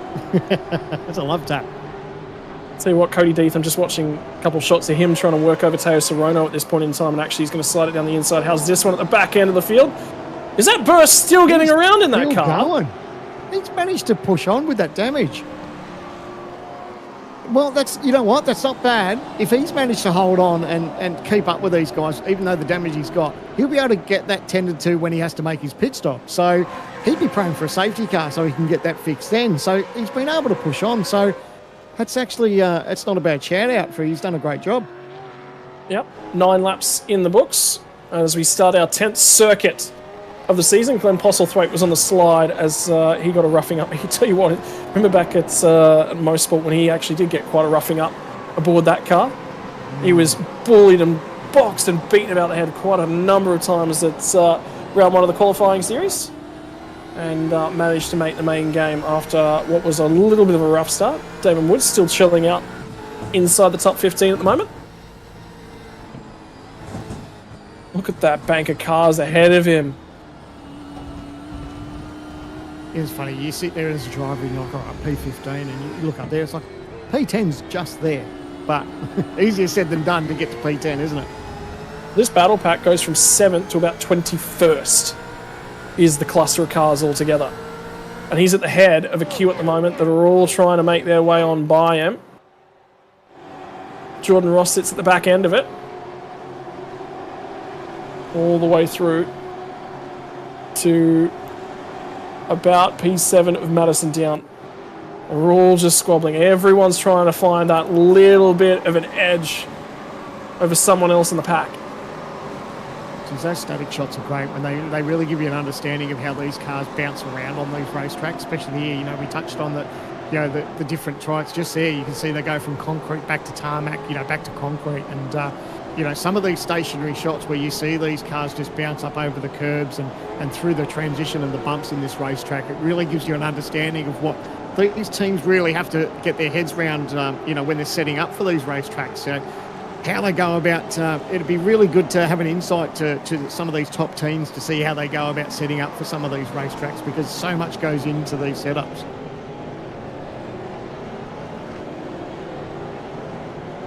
Fight out of the hairpin. But Job Stewart is still going toe-to-toe with Luke Rosella at the moment, and they are going at it hammer and tongue. This is not going to die at all. And now Dylan Rudd's getting in. These two were teammates last year, not no more. And Rudd has come out on the other side. Saw an opportunity, went for it, and he's picked his pockets inside the top 10 for the defending series champion. Good job. Nice job.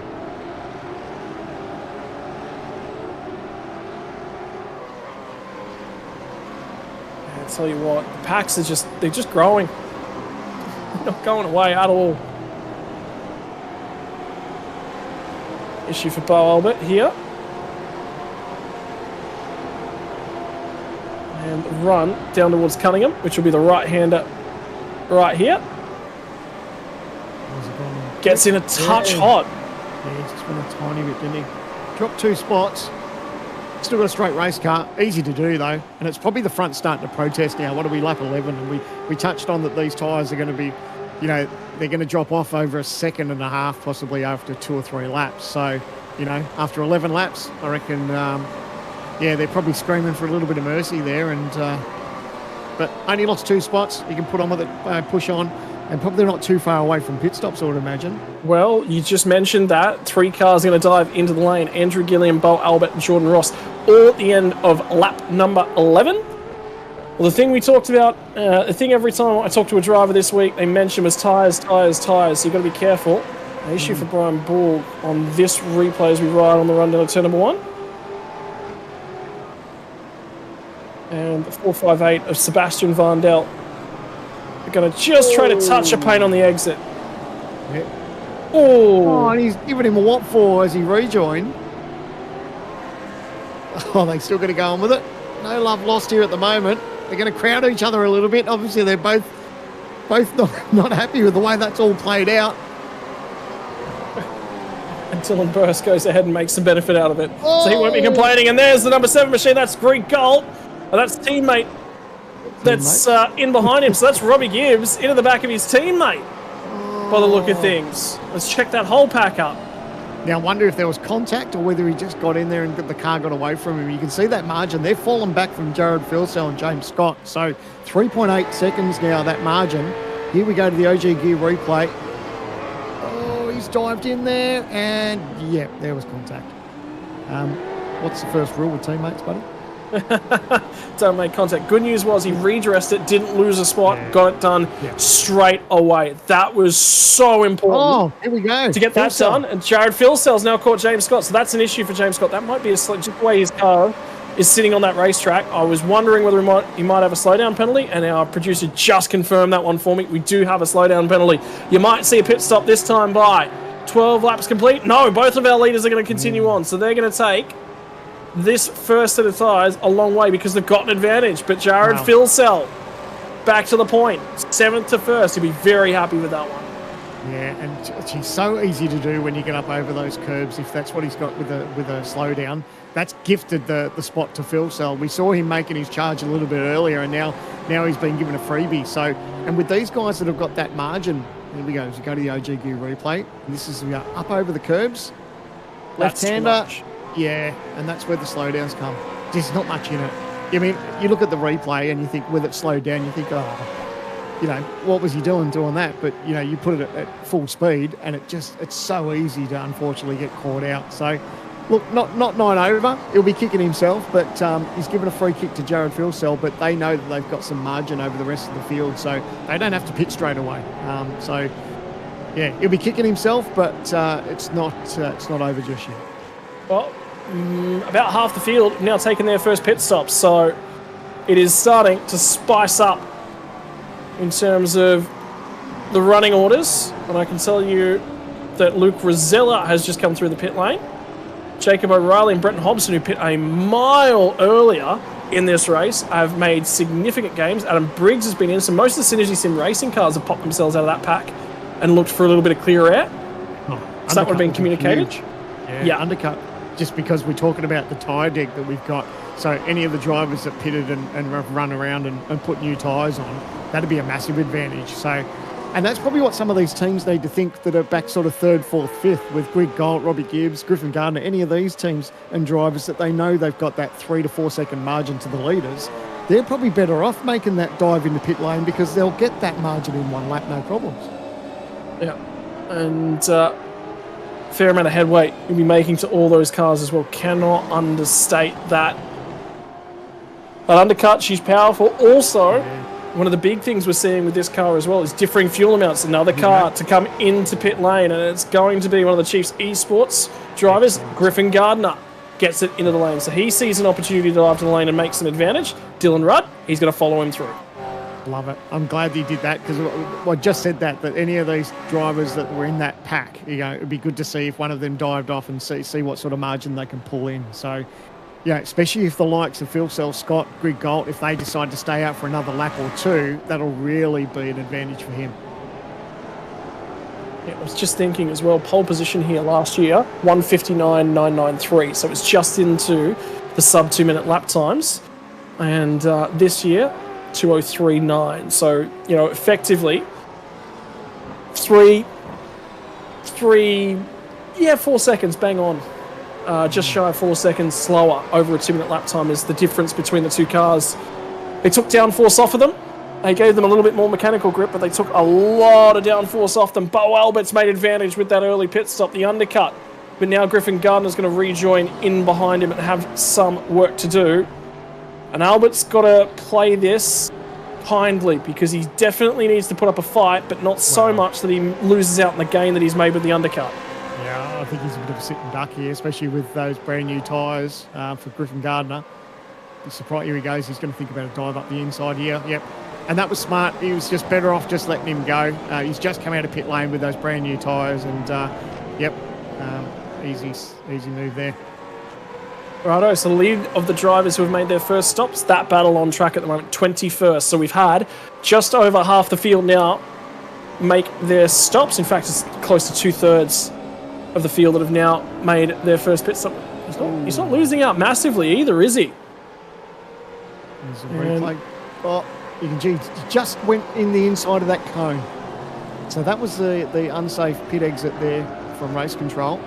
And Jay was spot on that with that replay. You can see he just cut that last cone, and that's unfortunately cost him. Yep. And Kobe Williams has earned himself the same penalty, unfortunately. So it goes to from bad to worse for him. At the moment, more drivers starting to dive in the lane. Greg Galt was in, Gibbs were both in, Rattray White and Job Stewart all dive in. If you have a look, there's a ton of cars that are going very long in this first stint, and it's the same issue. Mate, there's nothing in it with that, would you say? And if you have a look at the drivers that are going long, all the Trans-Tasman cars all of a sudden pop up towards the front, all electing to go very long. It's one of those things, isn't it? As a driver, do you want that fresh tyre advantage in the middle where you get some track position, or do you want some nice fresh rubber at the end to battle with? Because, look, let's not rule out a safety car. Who knows? But the likelihood of it maybe coming out at this stage, it's probably slipping away. But, man, if you've got fresher tyres towards the end of this race and a safety car comes out, that'll work out in your favour big time. So the teams that are up the front and got that little bit of advantage over the rest of the field, they can afford to play it, play the longer game and stay out on these older tyres. But if you leave it too long, you'll find that you'll get past big time with the teams on fresher tyres. So it'll be interesting to see how this all plays out. But speaking of that, Phil Sell, he's got that margin out to 2 seconds now over James Scott. It didn't take long for him to start running once he got that free kick. No, and gets it and tries to disappear down the road. And for these guys that follow in, 15 laps in, fuel tank's going to run somewhere from 18 to 20, probably 19 laps will be the maximum fuel range that you can go on that first stint. And as for what triggered the penalty, so remember these two cars had contact earlier on in the lap. Oh, yeah, that's it's definitely 5. Yeah. Now the two race leaders are going to dive in. Ooh, hello. And but down stayed out. Yeah, Josh Anderson dives into the lane as well. So 3 of the top 4 cars. Maloney's going to stave out. Looks like Kuznetsov will dive past as well. So there's a mix of strategies now at the pointy end. And you get the feeling between the two of the guys from Trans-Tasman, there would have been a little bit of communication. Are you diving in this lap? No. I'll dive in then. Because I just think I'm a touch faster at this point in time. Madison's going to continue on. I believe that might have been Kurt Stenberg cutting through shot. So he continues on as well. Now, watch a pit exit there. James Scott, they're still in the lane, or they're going now. And they've been passed, so you can see just how much ground that they've lost on these teams and drivers that have pitted earlier. So that fresh tyre advantage, as we predicted, was going to be huge. And you can see how much ground that Phil Sell and James Scott have lost. It's actually quite incredible. But it's going to be swings and roundabouts. These tyres are the guys that have pitted a few laps ago. Their tyres will drop off and the other guys will come good. So it's going to get very interesting in the next few laps. Well, remember as well, Robbie Gibbs and Ethan Grigol both pitted at the end of lap 14, and that is the difference in pit lane time. So about 6.1 seconds. But look, stationary for these guys too. Robbie Gibbs 15.9 to Jared Filsell 22 seconds. So he's actually made a gain there as Robbie Gibbs. He was quicker through the lane full stop because there's another 0.3 of a second that's unaccounted for. So he was in and out a lot quicker as well. Love a bit of strategy. It always spices things up. And Madison's still going too, so he hasn't pitted as yet. No, coming to the final corner at the moment, so we might see a difference in strategy here in just a few moments. Two Chiefs esports cars on road together. I'd imagine him coming this way. Yep. Yeah. And there is Madison down, diving in the lane. Tyre deg's too much for him, and that was just, smart. You couldn't afford to give up too much more time if he decided to stay out. And I think there's going to be, was that Rick Zestov? He's in the lane as well. Jake Maloney. And Emily has stayed out. And of course, Emily, who got her ticket to 2025 after taking that exciting season opener in the qualifying series. Wasn't that interesting? I love that qualifying series. It was just a nice little warm-up for what we're installed for 2025. Well, it's got its own different feel as well because it's short and it's sharp. The racings are just different. Yeah, for sure. How much repairs do you think go on board for Dylan Burst? He'd be hoping for a safety car. Give himself every opportunity. Ethan Grigolt's going to go ahead and set fastest lap of the race as they try and run down the road. Tell you what, lap times have improved as well because that was another lap time back in the 204s, so they're pressing on. Really touch less fuel on board in this middle stint as well. Might be aiding them.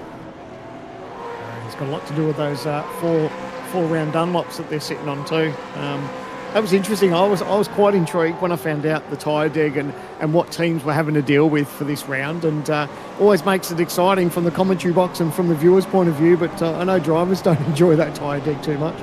Madison down, cold tyres, out down the inside, pulls off a pass on Griffin Gardner, so he'll move himself one spot further forward. Top three still yet to pit at the moment.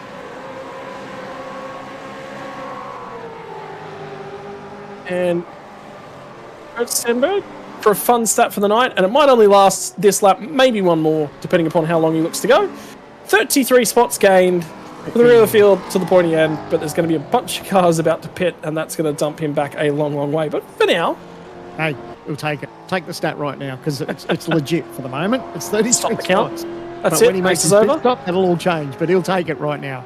Throw the flag right now. What do you reckon? I know. I reckon him, Brady Myers and Emily Jones will all be pretty stoked about that right now. Yep. Check a flag drop. Yep. 100%. And at the moment,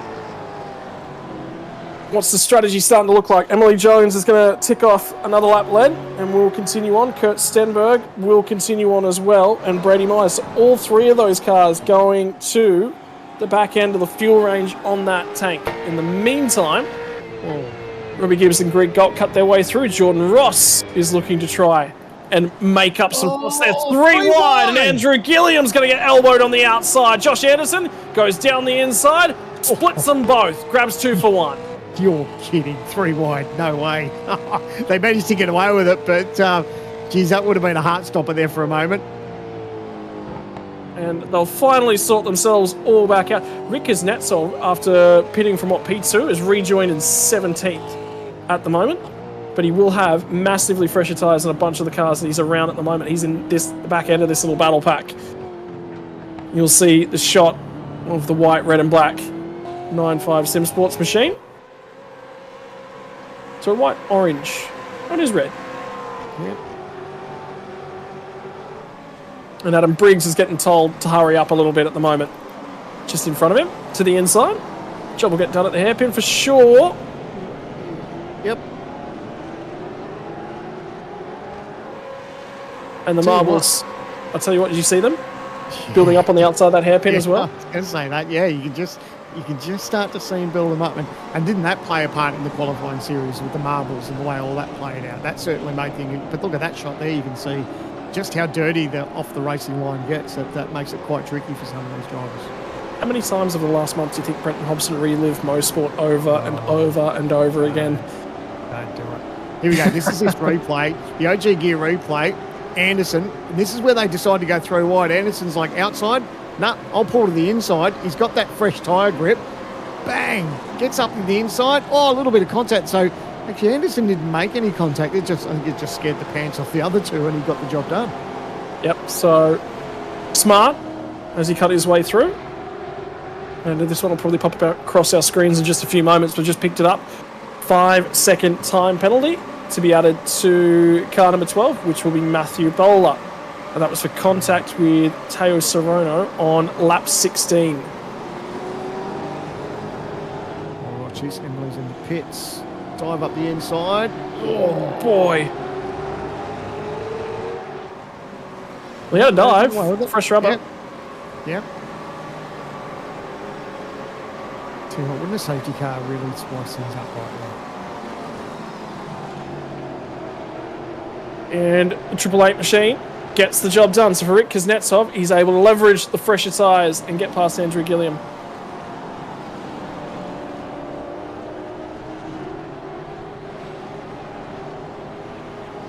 So this is what has caused that 5-second time penalty for Matthew Bowler. Oh, touch of contact with the 111.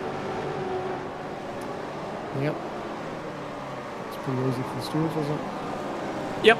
Well, the other side of that one is that he has redressed that. So there was a little bit of discussion back and forward about whether or not the redress then warranted the penalty. And look, there's enough in it. Redress probably downgraded it in terms of severity. Still yet to pit. So these guys have got 19 laps on their tyres. If we had a safety car now, and the likes of Myers and Stenberg still have yet to pit, they put on fresh tyre with a pack that was all bunched up. That'd be very juicy. I can't see it happening, to be honest, but hey, they're rolling the dice. They're putting their best foot forward as they possibly can as far as letting it happen, but no doubt their fuel tank will be letting them know that they have to pit soon. They're holding on with the rubber, but like I said, lap 19 to 38, they're going to have to get the stop done sooner or later. Well, the other side of that strategy coin is the fact that if a safety car was to come, the rest of the field would pit for their final stop of the race. They wouldn't be able to. They'd have one more stop to come. So it's a risk. So 2 pit stops, 2 compulsory pit stops is the norm. We will get a super sprint round this year that will change things up. But for Bo Albert at the moment, he's going to lose 1 spot as Josh Anderson slides on the inside. But for Bo, this is still a net gain at this point in time, because remember, he went for the undercut. We were sitting about 16th spot, so 12th spot is still a win. There we go, Myers is in, Stenny's in. So Robbie Gibbs is our race leader at the moment. Yep, but older rubber and a fuel deficit to pay. And those two dive into the pit lane. So Bo Albert's actually up to 10th spot. So this is actually quite a massive gain for Bo.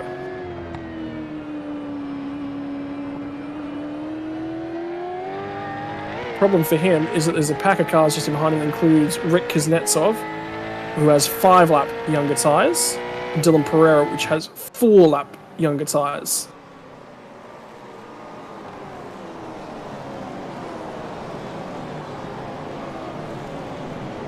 So lots of different tyres. Right? That's the big thing we're seeing here tonight, Sam, man, is that strategy differential.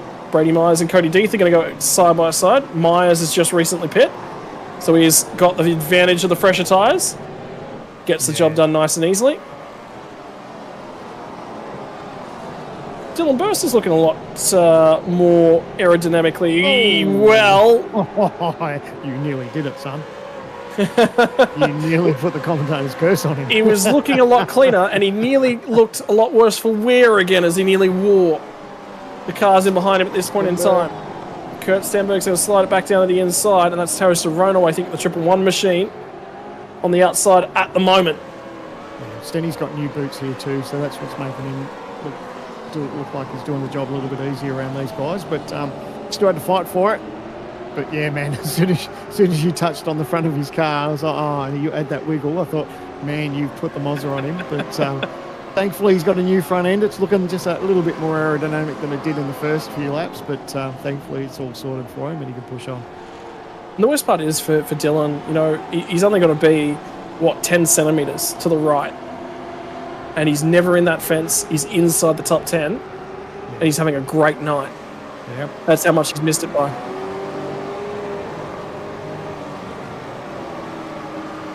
OGV replay on board with James Scott. Fairly tidy so far. Oh, there we go. That's code there. That flash of the tail lights there is code that the driver is just going to back out of it and move over and let the driver past. Oh, that's cheeky. That is very cheeky. He pulled in, got the job done. But that's what the flash of the brake lights was.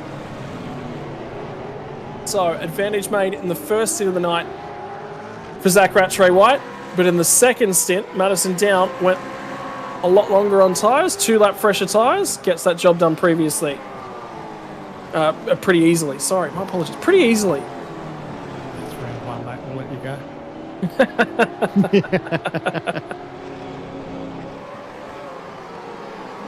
Dylan Rudd's having a reasonable night at the office. 13th to 8 at the moment. Moves his way forward. Just wondering what the idea from Robbie Gibbs and Ethan Greig-Gold is going to be to handle the Jared Filsell and James Scott cars as they cut their way through the field. Back up to them. Have they got a strategy? Or are they a little bit in the lurch and in trouble?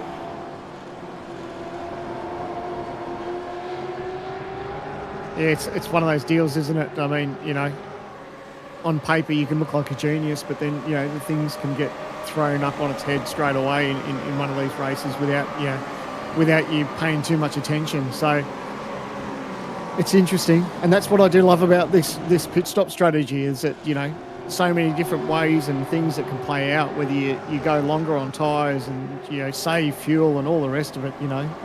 It's never clear cut and dry, and it's always good that you see some of these drivers rolling the dice. And for Jack Widdis, his debut race from the Logitech Pro Invitational is over. He's now 15 laps down and no longer circulating. Day is done.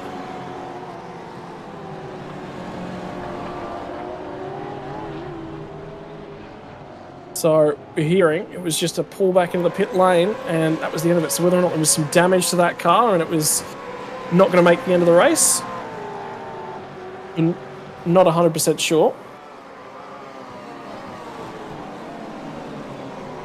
And second pit stops are now coming through. Brenton Hobson has dived into the lane and off those old tyres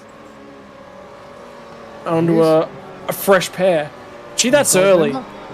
That's very early. Yeah, well, he stopped early too, though, so for his first stop. So he's obviously got the best out of those tyres that he could. Now, obviously, fresh tyres, no one around him, some clear racetrack, and 17 laps to go. So, yeah, it's interesting. But everyone I was talking to was, they said, look, the longest you're going to go is 15 laps. You're really not going to look to go much longer than that. Jared Filsell's driven his way back up to Ethan Greig-Gold. This is the battle inside of our top three. Second on the road. Done. Okay. Yep. Nice and easy.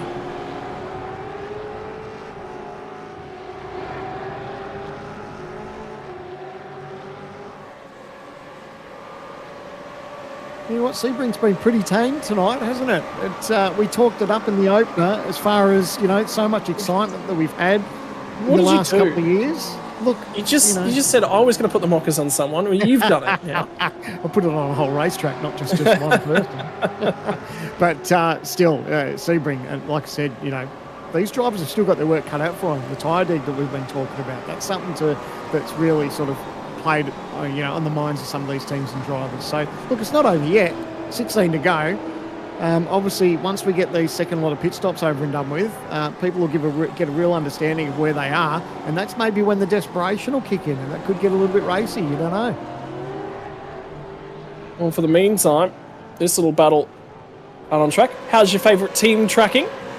Currently, Evolution Racing Team lead the way, but on strategy, they're a little bit off kilter. Jared Philcell's Lobs Esports car has the corrected race lead. Should everyone pit right now, he'll pop back out with the race lead. He'll probably be there back to James Scott, who'll lead the way. He's just made his way past in this little battle pack. Madison Down leads this one. James Scott. Zach Rattray White is Trans-Tasman Chiefs Esports Club and Vermilion Esports teams. Little battle pack for the race lead. The tyres have started to plateau and normalise just a little bit. The margins and the gain from fresh rubber to 1 or 2 lap tyres is quite significant, but once you get out to like 5, 6, it's not a huge deal between the tyres. Yeah. Okay, we can look at this at the OGV replay. This is James Scott on screen. Oh, he's gone in deep. Oh, he's touched marbles. And he's lost a spot there. So he'll have to earn that one back. Yeah, easy to do. How do you reckon the whole Chiefs team would be going at the moment? It's not a bad debut, round 1 for these guys. They've got 3 of their cars inside the top 10. Be happy with it? Yeah, it's not a bad start, is it? Well, the thing is, it's something that's gone through my head just because of esports days and working in amongst all the different esports in Australia over the last sort of 10 years. I always wondered whether or not we might ever see one of those big teams jump in and take a bite out of the cherry at some point. I never thought it was far away. But when the big story that came after the Pro Series last year and after everything sort of wrapped up for the year, we just didn't expect to see it, was James Scott, Dylan Rudd, Griffin Gardner all being told they've been let go from Lobs Esports Group. Little issue for Adam Briggs on the replay right there. Only loses the 1 spot. Is he going to lose the second? Possibly. Yes, he will. Well, that's it, isn't it? The off-season, we always talk about silly season and driver swaps and the teams come and go as far as, driver movements and sponsorship announcements and all the rest of it. But, I don't know if we all saw that coming. But, hey, they've moved on to brighter pastures. And, it's exciting for them for 2025 and great to have a team of their calibre taking part in our Logitech V8 Pro Invitational. Certainly. An organisation with a lot of heritage in the gaming space as well. Done really, really well for themselves.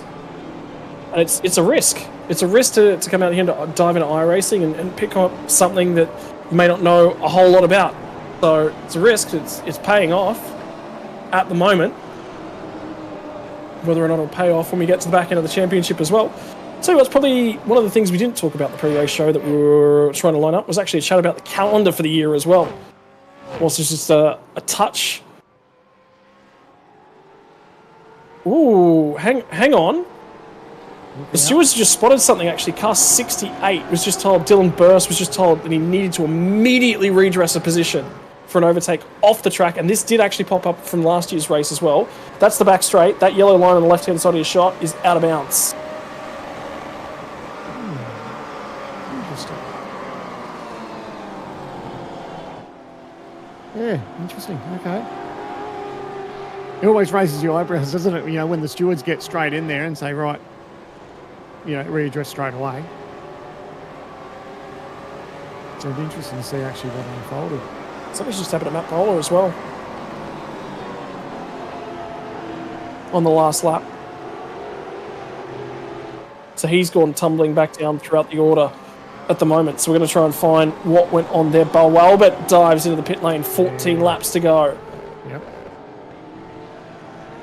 This is where it starts to get juicy. This is where, everyone's starting to finish off with that second pit stop. And it'll give you a real understanding. So at the moment, Robbie Gibbs over Jared Philcell, Ethan Griggolt, Madison Down, Zach Rattray White is your top 5. And here's the replay. So this is the overtake off the track. So he's going to block him all the way to the right-hand side of the road. Out of bounds right there. Yep. And people will be quite familiar with that if you're a NASCAR Super Speedway fan at the likes of Daytona, Talladega. Oh, look at Change for the Tom here. race lead. As Jared Philsell lines up, goes around the outside of Cunningham and gets to the traction zone, gets the inside of the next two left-handers, gets the job done. Now, finally, the fresher rubber has the clear air, and you can just sense another little pack of cars starting to creep up. Tell you what, James Scott's tyres have gone off again. So he might have had Q pace, but it's not worked out. How close did they get? Robbie Gibbs and Jared Philsell. They gave each other racing room. That's awesome. That's a great shot. How cool was that? Good racing between Robbie Gibbs and Jared Philsell, giving each other just enough room. Jared gets the job done. Now he finds himself with a little bit of clear air. But yeah, you're right. So James Scott just struggling a little bit, just with his tyres. I don't know. Does it put him in a position now where he decides to pit 1 or 2 laps earlier before everyone else and to get that advantage? And that's Gibbs. He's in. So that's what he's doing. But we spoke about the stop, though. Gibbs compared to Philsell. Philsell was in the lane and stopped in his box a lot longer. So this is probably where it's probably going to hurt Robbie. He's probably going to have to be stationary that little bit longer.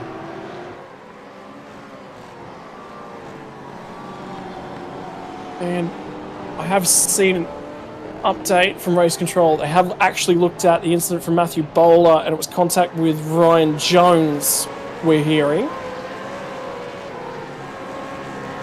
This is... Run wide. How's this all going to play out? He's on his outside. Now to his inside. Oh, it doesn't quite clear him, does he? Yes. And no penalty assigned for that contact. And Jones was on his left-hand side of the track. No more room to use, and Bowler come back across. So, pretty straightforward on that one. Here comes the pit stops. Yeah, I was just about to say that too. Ryan Jones, Sean McNamara, Jake Blackhall, Brian Ball, they're all in the lane now. 13 laps to go. And you'll see a lot of these teams now will be diving off and getting that last pit stop done and a run home with some fresh tyres. They'll be loving that. So, a few of the drivers diving in. This is the lead of the little group that have already completed their final stop. And at the moment, Robbie Gibbs is that lead driver to have done his second stop, and he is mired in traffic at the moment. So the difficult part right now is that he's got fresh rubber on. He can certainly use it, and you don't feel that Tyson Broad, his next car on the road, is probably going to fight this one too hard. In fact, there'll probably be a few of these cars back here that'll see the traffic coming with the fresh tyres on and go, you know what? I'm actually just going to dive in the lane. I don't want to be any part of that. Yeah.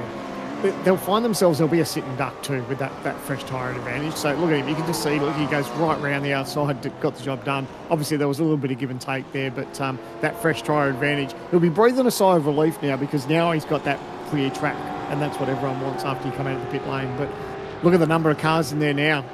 Ethan Grigolt's in there, Griffin Gardner, they're all decided to peel off now. So final stops of round number 21 in already. 12 more laps to go as we run into the final stanza of race 1 of the championship. Philsell has gone on another lap. Madison Downer has gone another lap. James Scott all going deeper into the stint. The Evolution Racing Team drivers are the first to blink. Something's happened to Ethan Grigol. His pit stop was incredibly slow.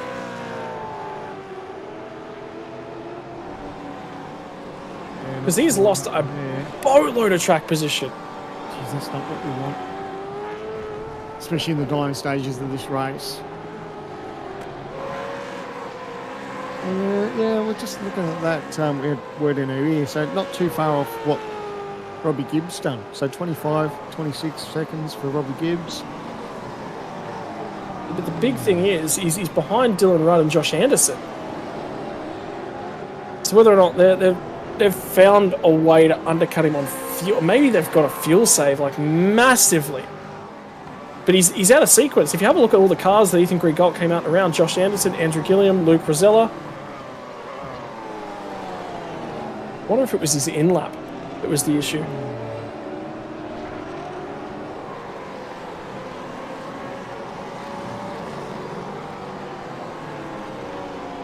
With tyre deg too, and obviously these teams and drivers have been talking on it, but you get that advantage when you're out on new tyres. But if you pit a lap or two, yes, you do jump the guys around you, but the tyre fall off is so big that it's going to be hard to hold off if you pit those couple of laps earlier, and then you've got a fast charging car behind you on that fresher rubber. It's it's so hard around this racetrack to actually try to defend.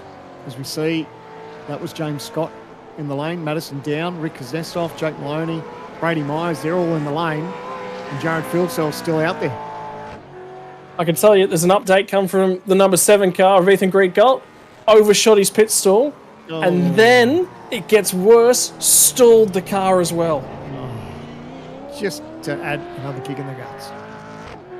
And he's just tagged the rear end of Tyson Broad, who's trying to get into pit lane at the same time. So this has got to be the replay, the OG Gear replay. Come into the lane, into the box. Oh, overshoot, pull reverse. There he goes, finds his spot. And like you said, that insult to injury when you stall it as well. Bad enough the overshot, but then have to try and find reverse, then refire the car all at the same time. And you know what? He had to move, a meter? He barely rolled back. He just overshot it. Zach Rattray-White's done a phenomenal job with his final stop, because he has popped back out ahead of Robbie Gibbs. So he's gained spots through those stops, and to add on to that one, he's got 1 lap fresher tyres at the moment. So Phil Sell will still have control. James Scott has actually popped back out behind these guys. So there is going to be a battle here. Phil Sell's still got a question mark over where he's going to rejoin this one. He could rejoin it in front of these guys at the moment, but his window to get that stop done is closing. It wouldn't surprise me he's in this lap. Yeah, he is. He leaves it because he can't afford, because he won't just lose one spot. These cars are all bunched up. When you've got to pass 4 or 5 cars, it makes his job way much more difficult. So smart driving there from Jared and the team. He's in the lane. And now it's just a matter of where he's going to come out. But how's the battle here? Madison down right in the thick of it. He's got Robbie Gibbs behind him. Robbie Gibbs in front of him. James Scott behind him. He's trying to get the job done now up the inside of Gibbs. And I think he'll get the job done. As we go to our split screen and we can see Jared Filso, he's still stationary in his box. And these guys coming out of the final corner. Robbie Gibbs has just lost a couple spots. Madison down got to his inside. James Scott saw the hole, followed him fuel. And now here comes Jared Filson. Was that a whack of the wall on the way out the pit lane? Was him just trying to get a feel for what the tyres are like? Has got the advantage, but I just swear I saw him just barely tag the wall. Mate, he'll be fine. Look at the massive margin. I don't think anyone except thought that he was probably going to have that margin on him. So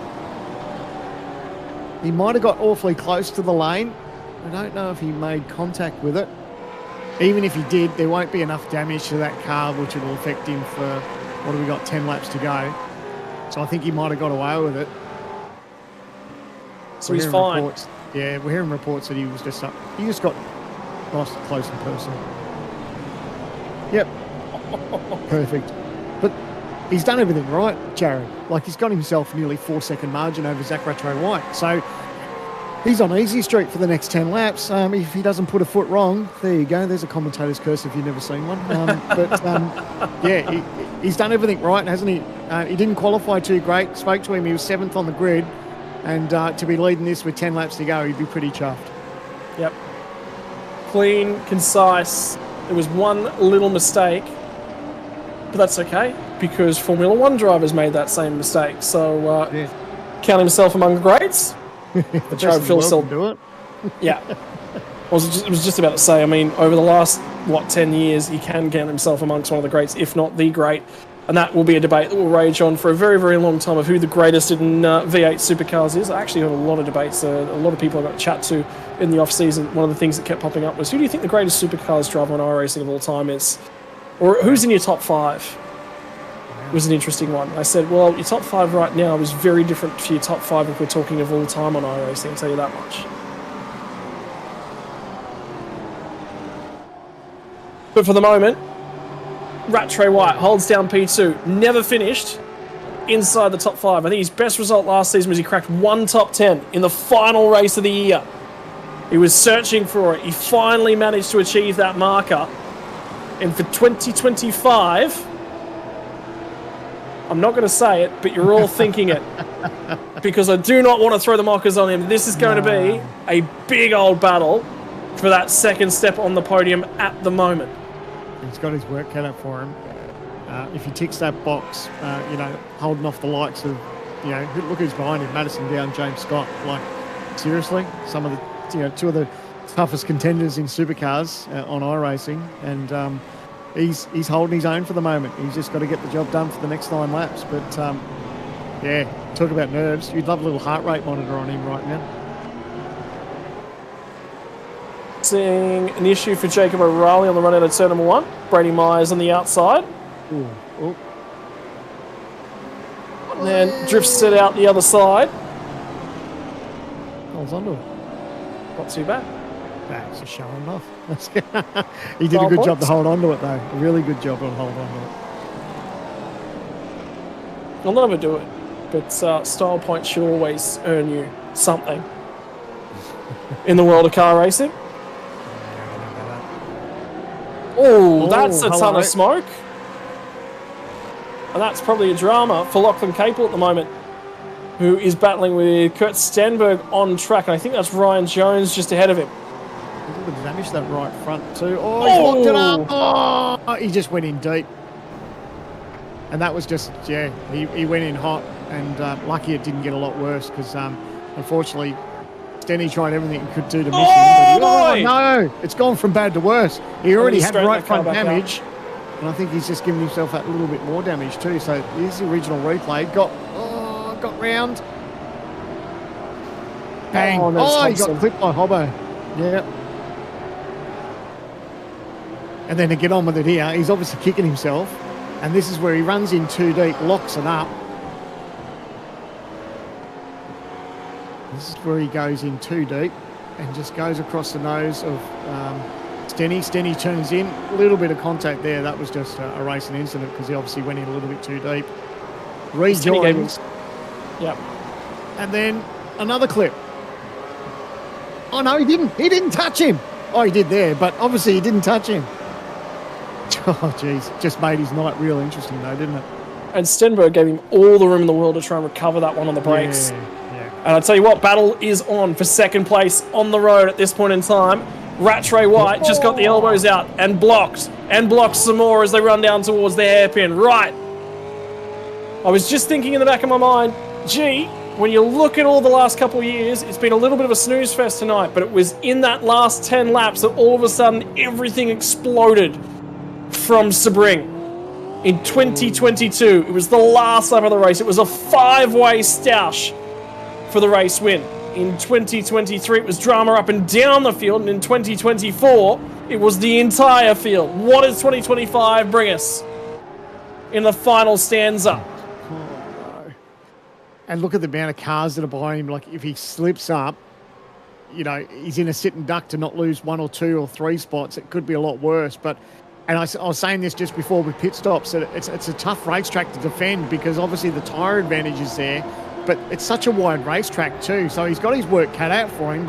And what he's doing right now is exactly what he needs to do, is just open up that little bit of margin between him and Down.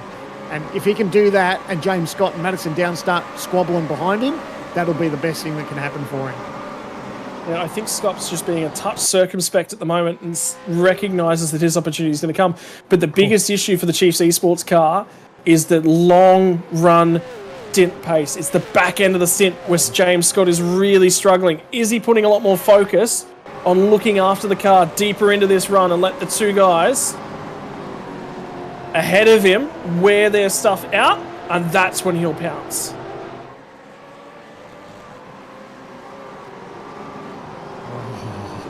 Now it's about, Down, just moving around under brakes there. And And that obviously won't be doing his tyres any good when he starts to overheat them a little bit. You can see he's just sliding on exit 2. So nice and smooth for Zach Rattray White. Madison's car just moving around a little bit. Madison's in the spot where he's looking forward, but he's also obviously looking rearward too. Oh, now he pinches the brakes. Now he is wide. Oh! Down at the hairpin. That's going to present the opportunity. Here comes James Scott, and they will go toe-to-toe. No, he got it back. Good exit there from down. So he managed to get the position back. That was lucky because he almost lost a spot there, managed to hold on. And again, and that's what Zach Rattray White needs. He needs to see these two just having a little bit of a moment in his rearview mirror because that's going to work out great for him. 7 laps to go, more like 6.5 as this one starts to trend towards its conclusion. Race has been running for about an hour and 8 minutes at this point in time. Patience starting to run thin. The track temp, well, the track temp's actually come down. We started this race up around 48, 49 degrees Celsius. It's down at 44. So as the sun drifts from overhead and it gets later in the afternoon in the state of Florida, V8 supercars continue to lap it up. In the meantime, Jared Philsell takes a look in his rearview mirror and he goes, where did they all go? They were right there a couple laps ago. He's fairly bored out there, isn't he? But yeah, if it means you're going to possibly get a win, I think any driver out there will be quite content to run around pretty bored for the next. Oh my word! Did you see James Scott sliding through the final corner? Yeah, everyone's had a tickle at that last corner, and it's like I said, touched on it in the broadcast. It's so easy to do. This is the replay. Oh, the tail hang out. And it was his Chiefs teammates as well that were just, who was that? That was Anderson, was it as well? He was having a tickle there as well. So they're all starting to cluster up once again. They've both managed to claw some pace back towards Zach Rattray White. And you're ready for the counter steer. Here we go. Opposite He lock. gets off the corner.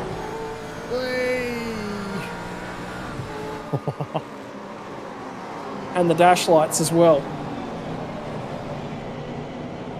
Well, you can see it. Rattray White is getting caught. Corner by corner by corner. They're starting to track him down, starting to pull him in.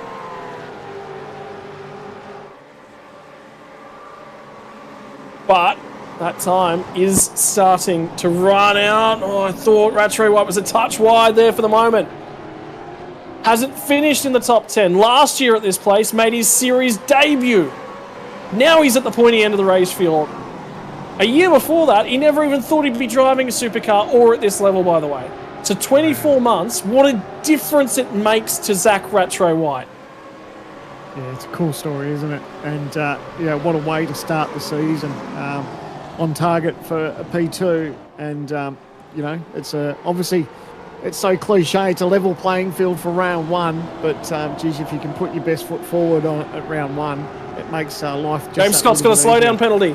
James Scott has got a slowdown penalty this late on in the piece. I watched him clamber over the curbs, and I thought that might have been a touch too much. Here's Gibbs.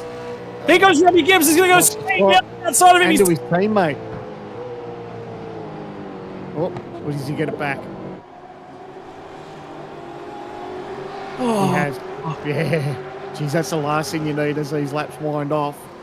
But look at that one little slowdown, and that's costing him margin. Obviously, there's a spot there for Robbie Gibbs, but it's that margin that he's given up on Madison Down now. And now Madison Down will get the opportunity of a free kick. Overtaking in the Gen 3. It's a little bit more difficult than it did in the Gen 2. They had a lot more grip, a lot more aero, but therein lie the issues with the dirty air. Gen 3, less overall grip, less affected by the dirty air, but less of a tow as well.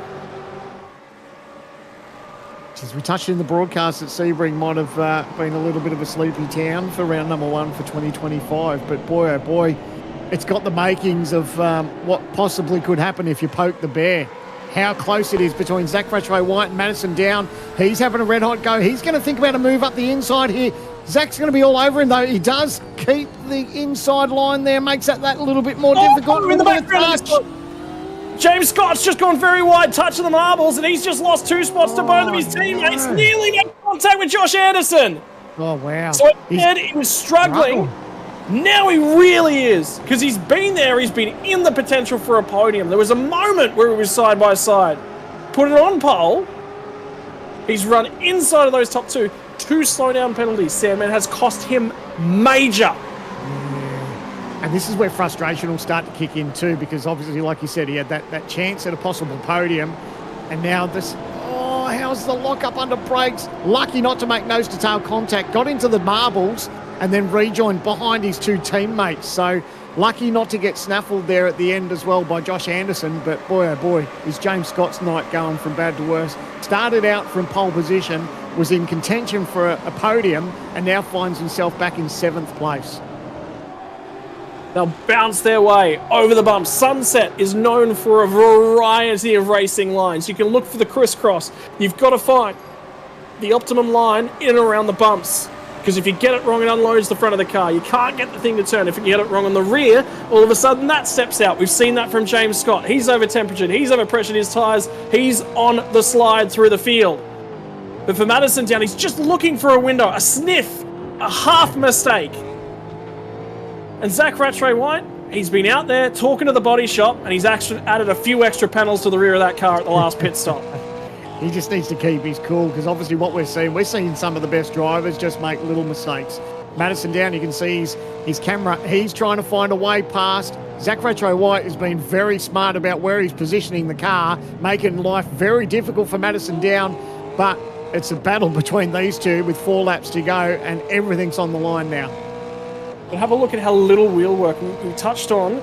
Moments with James Scott, moments with Bo Albert where they were working that wheel. Now he's looking for the overlap. Can he get there? No, he can't. The door was just not quite ajar. And if he gets the moment, if that door comes a crack open, Madison down is going to put all of his Camaro to the inside. But he's not been handed the key just yet. Mate, this is one of those tricky situations where if you're getting Madison Downs here, you say, you know what, if we walk away with a P3, that's pretty good tonight. You'd hate for everything to go pear-shaped. At the end of the day, he's having a chat. He wants to go for that position for P2, so it's hard to take the racer out of him. And now he's going to have a dive. He's having it. He's having it. This is not an overtaking spot. Elbows are out. Rattray-White pulls it wide. He's off the podium. Now he's going to sit like a stone. Robbie Gibbs, 1 year ago, won this race. Madison down is going to pull out of it, and he's going to redress. The damage is done. The damage is done. What did I just say? You want to say to him at the moment, P3 is a good result for tonight. Unfortunately, went for a move. They made contact. He knew the stewards were going to look at it, and he had to roll out of the throttle and give that position back. Here we go to the OG Gear replay. This is him trying to set him up here. Gets up the inside. Not quite red here. This is where he sets him up. Goes for a late dive. Can't quite pull it up and makes contact. It wasn't intentional, but unfortunately it was there, and straight away he knew that it was going to be an issue, so he just rolled out of it and gave the position back. But there we go. The instant he put his foot on the brake, he knew. Now Rattray-White's back and harassing Anderson. Anderson's going to check him up because they can't get past each other. Gibbs sits second on the road. Dylan Rudd is in behind him. Remember, if James Scott was sitting here still watching this on, if he hadn't had his mistakes, he'd be second and maybe starting to skip away. Robbie Gibbs, ERT, Chiefs Esports Club, Chiefs Esports Club, Chiefs Esports Club. 3, 4, 5 on the road. Anderson sits 6. Zach Rattray-White, Madison down. And there's been more drama between Jake Maloney and Rick Kuznetsov. This is on the same chain of corners on the same lap. Check this out. Around the outside, Maloney. Oh, he's just doored him there. They're still going on with it. More contact. Oh, he just finished him off. Oh. Yeah, that's unfortunate. Man, but what did I say about poking the bear? It's got the potential for going crazy now, and that's exactly what we're seeing. 3 laps to go. Robbie Gibbs has got all the pressure in the world. Dylan Rudd right behind him. Griffin Gardner right there, and James Scott. The Chiefs are all lining up to have a crack at Robbie Gibbs. And who is going to be the chief here tonight? That's what's on the cards for these guys, but they've got to think series. They've got to be thinking back end of the championship. They cannot afford. You said it already. One thing about teammates, do not make contacts. Be smart, be concise. Championship defending champion for Dylan Rudd from last year. Now he finds himself at the front end of this little pack. Robbie Gibbs. Could he make it? Oh my, what a story that would be for Robbie Gibbs.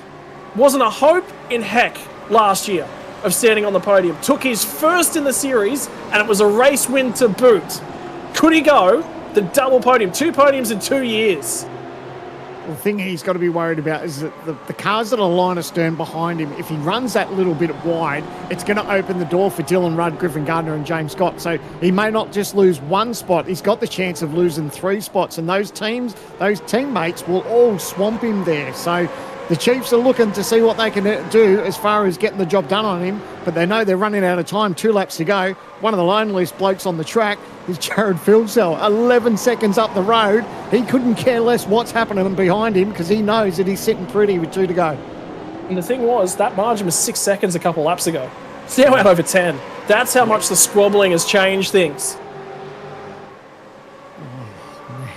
It's not had the same flavour as the last couple of years from this Sebring, but it still hasn't failed to disappoint. Mistakes, you've got to be clean and concise. The new generation of car, I think the big thing for the new generation of car is mistakes are more prevalent than they ever have been. Well, what we've already seen in the last couple of laps too is that you make that little mistake in this bunch and you go from a position where you could be a possible podium sitter to maybe outside of the top 10 without blinking. You know, it can go pear-shaped so very quickly. And the stewards have had a look at it. There is no penalty. They've let them fight it out. No further action after the redress from Madison Downs. So that means that what you see on the screen between these guys at the moment, there is nothing to come. 6 kilometres will separate these guys. There is one final lap of the race, and Jared Filsell's already begun. Barney will have the white flag in his hand. He wasn't looking at Jared Filsell. He just had to wave a flag at him. He is got the best spot in the house to watch this horde of cars trundle down the main straightaway. 2nd to 9th, covered by nothing. Hold your breath. Robbie Gibbs will be doing absolutely everything, just trying to hit his markers now. All he needs to do is just keep that car on the black stuff, make sure he doesn't go in too deep, and just... Oh, here we go! He's run wide! He's run wide! He's going to lose a spot there. Dylan Rudd's going to sneak him up. He's going to try around the outside. He's going to have the best spot to be able to hold on Robbie Gibbs. All he needs to do is hold his line into the braking zone. Well, he's pinching him. They're going to bang doors. They're going to get down to the cones at the hairpin. Final lap from Sebring. They stays around the outside. They bump, they grind. Both of them get out the other side. Just about. Griffin Gardner shoves a nose in, gives his teammate a little bit of a reprieve. Robbie Gibbs has the spot at the moment. He's got one hand on it, but it's only one. And now Rudd's going to break in a straight line. They're nearly making contact at Cunningham. Now the traction out the other side. The hardest point on the track to look after the tyres. James Scott's managed to pick himself back up another spot. He's still up to P5 here at the moment. Here we go. Here we go. Because it's not done. Has Dylan Rudd learned a lesson from watching Madison down a couple laps ago? Has he learned anything from watching Robbie Gibbs? The thing you do know is that Gibbs is going to block. He's going to cover. He's going to do everything he can. Filsell will be wondering what happened to these boys. They were there, and then they just disappeared through the rear view. But for the meantime, Gibbs had to cover. He's not going to have the traction when they get off the second last corner. Griffin Gardner's going to the outside of his teammate. You don't. No. There's no done in this one. Box it to the right-hand side of the track. Robbie Gibbs has got the spot in a straight line. A little bit of draft. Filsell will win it, but no one's watching him at the moment. Long way round the outside. Griffin Gardner bump in the rear. Gibbs is sideways the whole way through sunset. Here comes Griffin Gardner. Why? No, he was on the podium. He's off the podium. You don't write that story. You're kidding me. Sebring didn't disappoint towards the end. Unbelievable finish. Hang on, it's not over. That's Gibbs. Gibbs is letting his frustrations be known. But there was no more in it. Oh my goodness. I'm okay. You know what, Sandman? We're both oval drivers. We both love our NASCAR. I'm okay with that. That is frustration being voiced, but it's not a takeout. Yeah, look, I want to see a replay. I want to see it from overhead. I want to see all the angles. Oh, it's heartbreak for Gibbs. But the Chiefs cars, all the Chiefs get in. Second, third, and fourth. Gibbs finishes sixth, possibly. Oh, Third, man. fourth, fifth. No, yeah, it'll be seventh. Sorry, you're right. My apologies. It'll be sixth. Yeah. So he was second on the run into the final corner, and he crosses the line sixth. Let's see, Jay, if we've got an aerial view. I'd love to see how that all unfolded. Obviously, Jared Bilsdale, he's there enjoying the spoils of round number one, has no idea of what happened just behind him. What an amazing battle for second, third, and fourth to round out your podium. Sebring didn't disappoint. Here we go. So this is down the final straightaway. Little bit of nose to tail. Gibbs, you know his heart's in his mouth. He knows he's just got to get through the next corner to hold on. There's going to be a little bit of nose to tail contact. Bang, right there. It's a decent hit, I tell you. That's not just a bump. That was a fair hit. Look at all the paint traded in behind it as well. As everyone tried to find the hole, the way through. I don't know. It'd be interesting to see what the stewards say about that one. And I'm okay. Okay, everything prior up until this point right here, I have no problem with paint being traded after the line in that manner. No more than that, because that is frustration. I was just about to say, I was going to clarify everything that happened at the last corner. I want the stewards to have a look at everything that happened after the line. Is a race car driver going, "Hey, I'm annoyed here, and I want to see that character from a driver." Well, we're hearing results, possibly from the stewards, that car number one has received a penalty. Is that right? It was a 5-second penalty. So although Dylan Rudd has finished third, it may be his teammate in James Scott that'll be taking that last step on the podium. With a 5-second penalty, that will drop him down the order. So James Scott gets back on the podium after all of that. There we go. Confirmation from race control. So, again, Sebring at the end of the race was left sitting here scratching our heads and going, there's a few things to walk away, a few things to discuss. Paint was traded. That is the headline, I think, walking away from this one. Paint was traded. Jared Filsell, 13-second lead at the end of that race. But with 5 to go, it was 6 seconds. And they just went on with it. It's this second pack where it went nuts. Griffin Gardner is going to cross the line in P2. Dylan Rudd crosses the line P3. Plus 5 seconds will move him back outside of the top 10.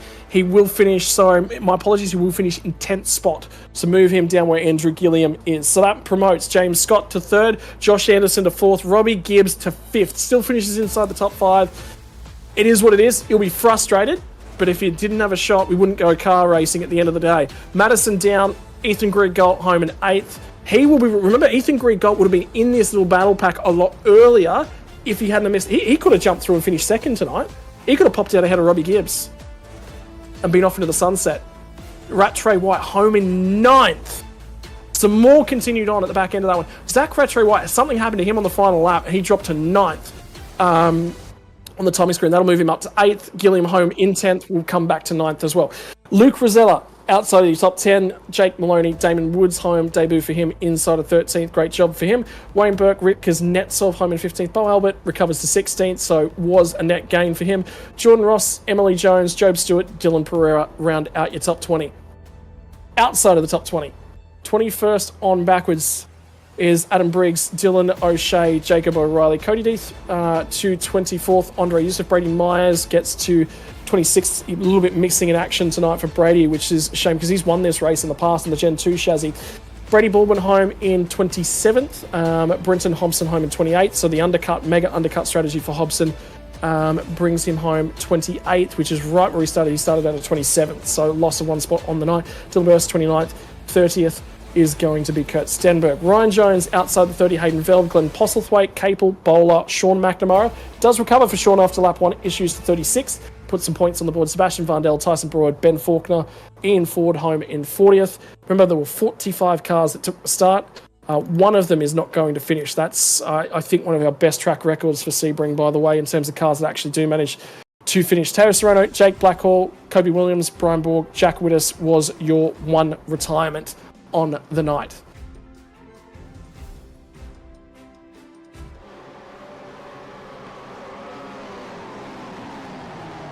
It's a replay from OGG replay. Zach Retro White with the just there, he got a slowdown penalty, unfortunately. Oh, had a bit of a wiggle there too, fighting the car. So, oh, what a cracker. I mean, I said there was the possibility of poking the bear towards the end of this, and sure enough. You know what, with the penalty, I don't mind a little bit of Robbins racing, but this is a fair bump. When you have a look at the contact that gets made to the back of this race car, and it's a fair hit. Now, he rolled off the brakes massively too. He did a massive job to hold on to it. To hold on to that car and get away with it and still finish where he did. Obviously, he'd be hugely disappointed. But yeah, again, glad I'm in the commentary box and not the steward's office. Yeah. Yep, I'd agree with that one. Yeah, so I mean, your top three on the night: Jared Filsell, Griffin Gardner, James Scott. With again, we'll always take the moniker at the back end of the raceway that everything is provisional until it's looked at further. When is the next race for these guys? Red Bull Ring in a couple of weeks' time on the 2nd of April in Watkins Glen. So 2 races inside of April. No, it's not on April the 1st. So it won't be an April Fool's Day. All the joking and the fun will be had beforehand. But Red Bull Ring never fails. It's another one of those racetracks that you tend to get lots of racing at, and I've seen big grids already in the Gen 3 car at the Red Bull Ring, and it was fantastic racing as well. Could that be the first time we see rain for the Logitech Pro Invitational Series as well? That one's up for debate when we see it. Will we see it at some point during the race? You would say probably when and where it'll play host Watkins Glen the other round inside of April. From there, it's the back end of May. Bull Ring round at Watkins Glen generally considered. Detroit Grand Prix at Belle Isle. And then it's a little bit of a break to the back end of June. Spa, before we get 3 races sort of back-to-back, a couple of weeks in between. Road America's always been a classic for anything supercar related, expecting no different from the Gen 3. And Circuit de Jerez made its debut on the calendar last year, was the biggest tyre deg race we had last year. What happens when you bring a Gen 3 car, which is a higher deg yet again? Road Atlanta, August the 27th, October the 3rd for Phillip Island and Sandown, and then Mount Panorama on November the 23rd. We have a TBA in here because there are some tracks that we are all hoping make their way onto the iRacing platform sometime within 2025. Amongst those, Pukekohe, The Bend, Adelaide Street Circuit, which you and I are both chomping. I don't think there's a single person I've talked to about Adelaide that's, yeah, man, that's my most exciting. I can't wait for that to be on the surface. So, but for the meantime, we are going to chat to tonight's race winner.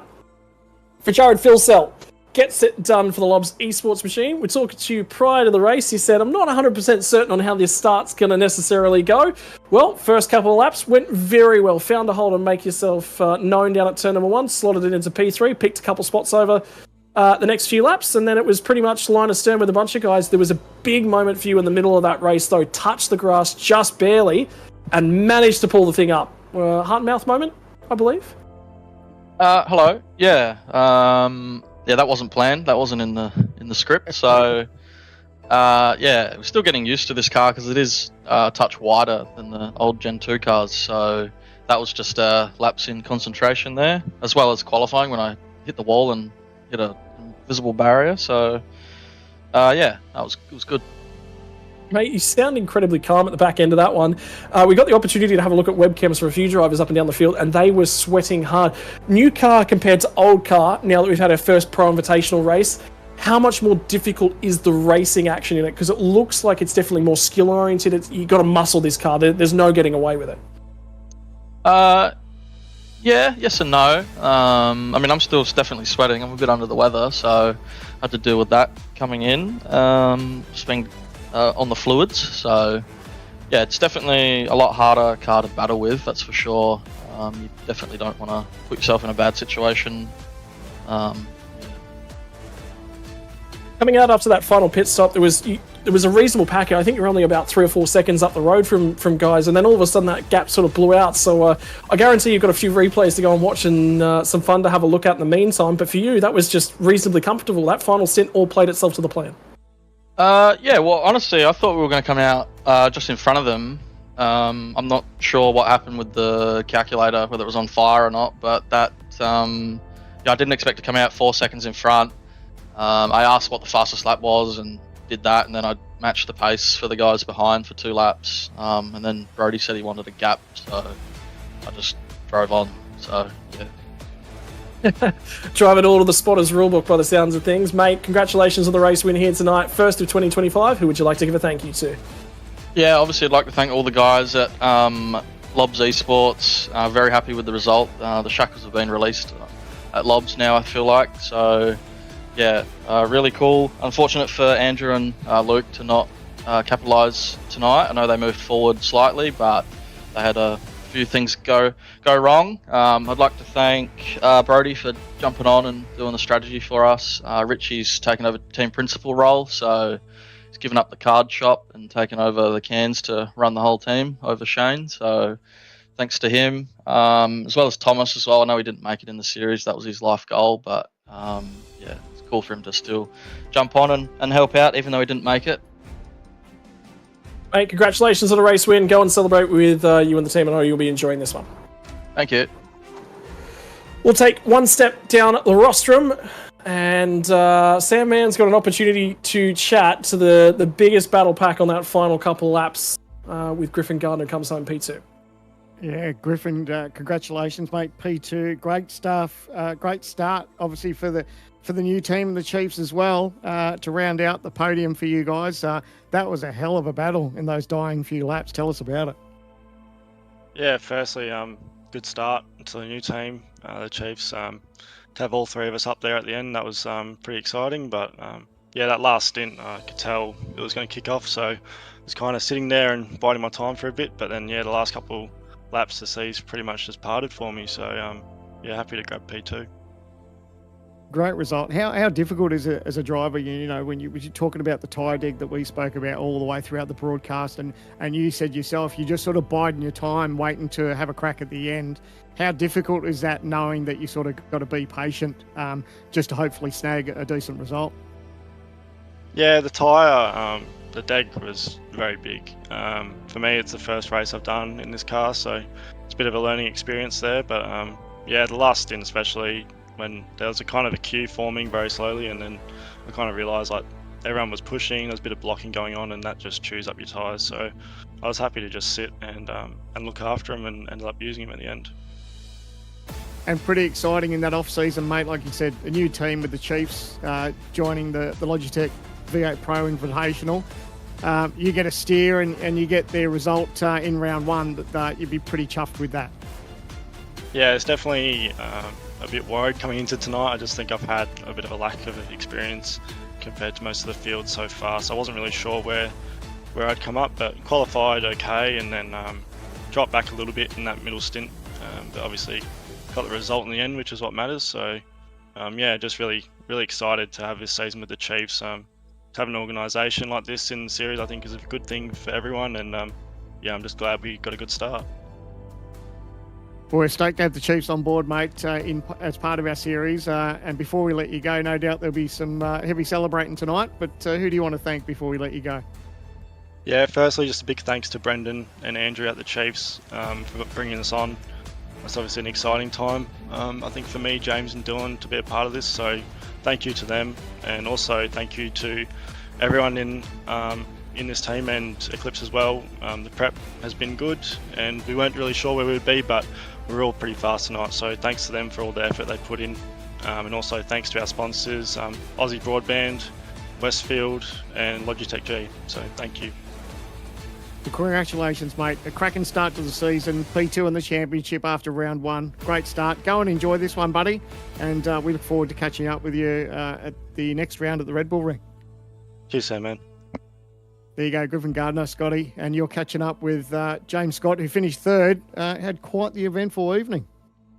Yeah, well, didn't cross the line in P3. Crossed the line in P4, but post-race penalties. Look, all of that boiled down to a couple laps, couple moments in that final stint. But I think the bigger one, I think this is one where you're probably sitting there scratching your head a little bit at the moment and go, well, there's probably some work to do. Long run tyre pace for you tonight was not necessarily the greatest, but the teammates actually seemed quite okay in terms of their long run pace there tonight, James. So, I don't know, scratching of the head, maybe did you run that tyre a touch too hard, just burned it through the best of its tyre life? No, I think I just drove like a bit of a wobbler, to be honest. Yeah, I didn't really have all that much prep going in. Probably doesn't show too much on one lap speed, but it does show in the race. So with the new car, probably showed a little bit. And yeah, I still think we're probably lacking a little bit, but we'll try to tune it up a little bit for the next round. Hey man, well, 2 cars on the podium and another one that was there and thereabouts inside the top 10. You'll say, hey, look, if we're lacking a little bit of pace, that's actually probably not too bad. For you, probably one of the bigger questions I want to say, I mean, I know I spoke to you just briefly at one point just to sort of say, hey, what's going on, what's the plans? There was a lot of teams, a lot of talk.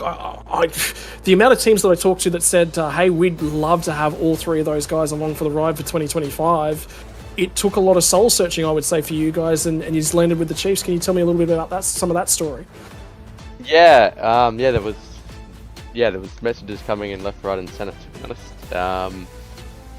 But yeah, these guys reached out, and we sort of had a chat with them, and what the deal on all that type of stuff could look like. I didn't really know how it was going to go. Obviously, they really wanted to get into the sim racing community. So, I guess no better way being such an Australian team to be able to come into a series like this. And, hopefully we can keep running at the front for those guys. Yep, new opportunity, new horizons for 2025. From here, mate, we step onto the Red Bull Ring. You won that. That race was just one of the bigger ones from last year. There was so much going on. It's a short track, all about the traction zones. Confidence level heading into that one. Obviously, we already talked to a few of the other guys on the podium about how this is definitely more of a driver's car. You've got to drive. You can't hide in the Gen 3 chassis where you could hide a little bit in the Gen 2, but new setups. I get the feeling this year is probably going to be one of the most exciting ones we've seen for the iRacing community in Australia for a good long while. Obviously, I had a really good race there at the Red Bull Ring. I think I ended up to win the race last year. But, it sort of doesn't mean anything really. In this car, it's quite a lot different. But as I said before, I think we need to find a little bit more speed in the car, and then we might be able to go a bit better. Mate, in terms of things, who would you like to give a thank you to get it done for you in the 088? Yeah, obviously thanks to all the guys at the team. I didn't get to do a whole bunch of practice before the race, but thanks to all those guys putting in a lot of hard work, tuning the car up. Thanks to our great sponsors as well, with Aussie Broadband, Westfield, and Logitech G. Couldn't do without those guys, so thanks to those guys. Thanks to all the people at the Chiefs that helped put all this together. There's a lot of work there with what they do, both on iRacing and outside of iRacing as well. You guys for the broadcast each and every week. Love what you guys do, and obviously all the race control series admin people as well. Mate, congratulations. Great way to start off the new year. Great way to start off the new colours. Go and enjoy it with the boys. Thanks, mate. Righto, well that is a wrap on 230 kilometres from Sebring. It did have drama, and as last year, we had to wait for it to be on the boil for a little while before finally it simmered down and that sauce just rose to flavour perfection. Next time out though, you got to grab this place, you got to ring the bull, and you've got to take it by the horns. We are off to the Red Bull Ring from Austria, the hills of Austria. This place sings with Formula 1 cars. It's also become a cultural home for V8 supercars in Gen 2 chassis. What does Gen 3 look like? Join us on the 2nd of April from 7:45 p.m. Australian Eastern Daylight Savings Time. I'll tell you what, Sam, man, that was a gangbuster. 38 laps around the bumps, the trials, the tribulations. We're back, baby. Mate, I was concerned that I was probably past the Mozza on the likes of Sebring, but it didn't disappoint. Thankfully, the first 30 laps, everyone was just sort of buying their time. They were moving their chess pieces, but the last 8 laps, boy, oh boy, didn't we see some amazing racing. This bloke, Jared Filsell, he had probably the easiest run out front. He's got some interesting viewing to go back and watch that replay, but man, the action didn't disappoint, and it's going to pump us up for a big round 2 at the Red Bull Ring. Can't wait. Mate, you got the burnout there on the Logitech G Hub. Come on, give it a score. Rate it. Well, mate, he should be good at burnouts. He's done enough of them, hasn't he? So look, I'm going to give him 8 out of 10. He'll find some ways to improve, no doubt. But yeah, great run by Jared, and yeah, an impressive start to our season. It's going to be a big one in 2025, but a good debut for the Chiefs as well. So a lot to talk about as we leave and wrap up here from Sebring. Well, that is it. Race number 1 of the Pro Series is done and in the books. What will race number 2 have for us in store? Oh, and don't forget, if you are enjoying all the racing action you've seen here from the Logitech G Pro Invitational, we have got GT3 racing next Friday night, the debut of the new series. Not just 45 V8 supercars drivers, you're also going to see the best of Australian GT3 sim racing champions go toe-to-toe. That is going to kick itself off from Daytona next Friday night. 2-hour enduro, 2 drivers you've got to have in that car. Who is going to stand atop the pile in different hardware? It's got ABS, it's got traction control, it's got all the driver's assist, but you don't want to be on that ABS for far too long. Join us next Friday night. Ladies and gentlemen, on behalf of all of the sponsors, the comms team, the admins, the race controls, and the drivers, this has been another pleasure to bring you another round of the Logitech Pro Invitational. Ladies and gents, see you all next time.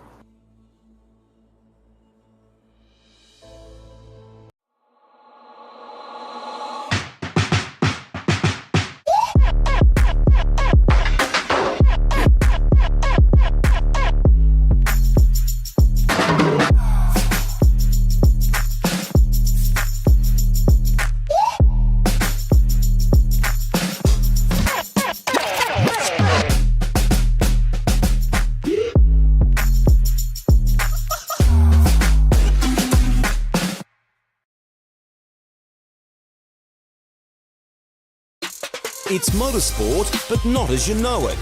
Test yourself and your everyday road car.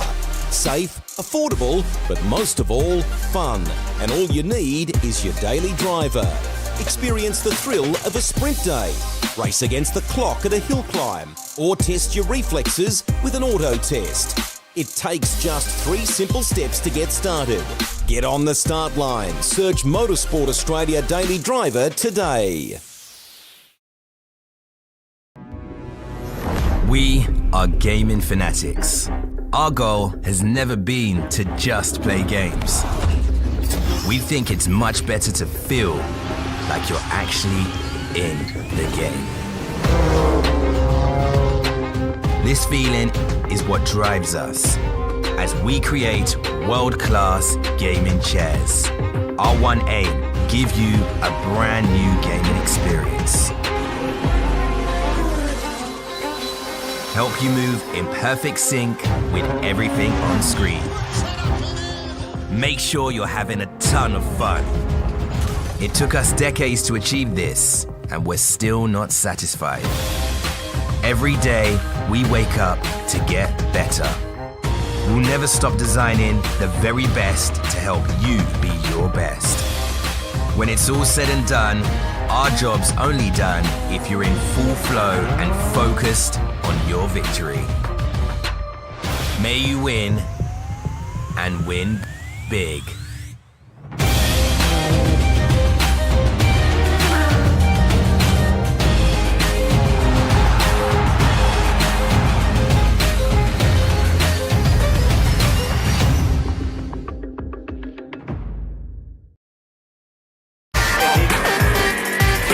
Hi, I'm Brendan Leach, driver of the number 7 Audi R8 or NPC Audi Custom Racing. First impressions of OG gear on the sim, fantastic. It feels really nice in your hands and doesn't gather up under your fingers.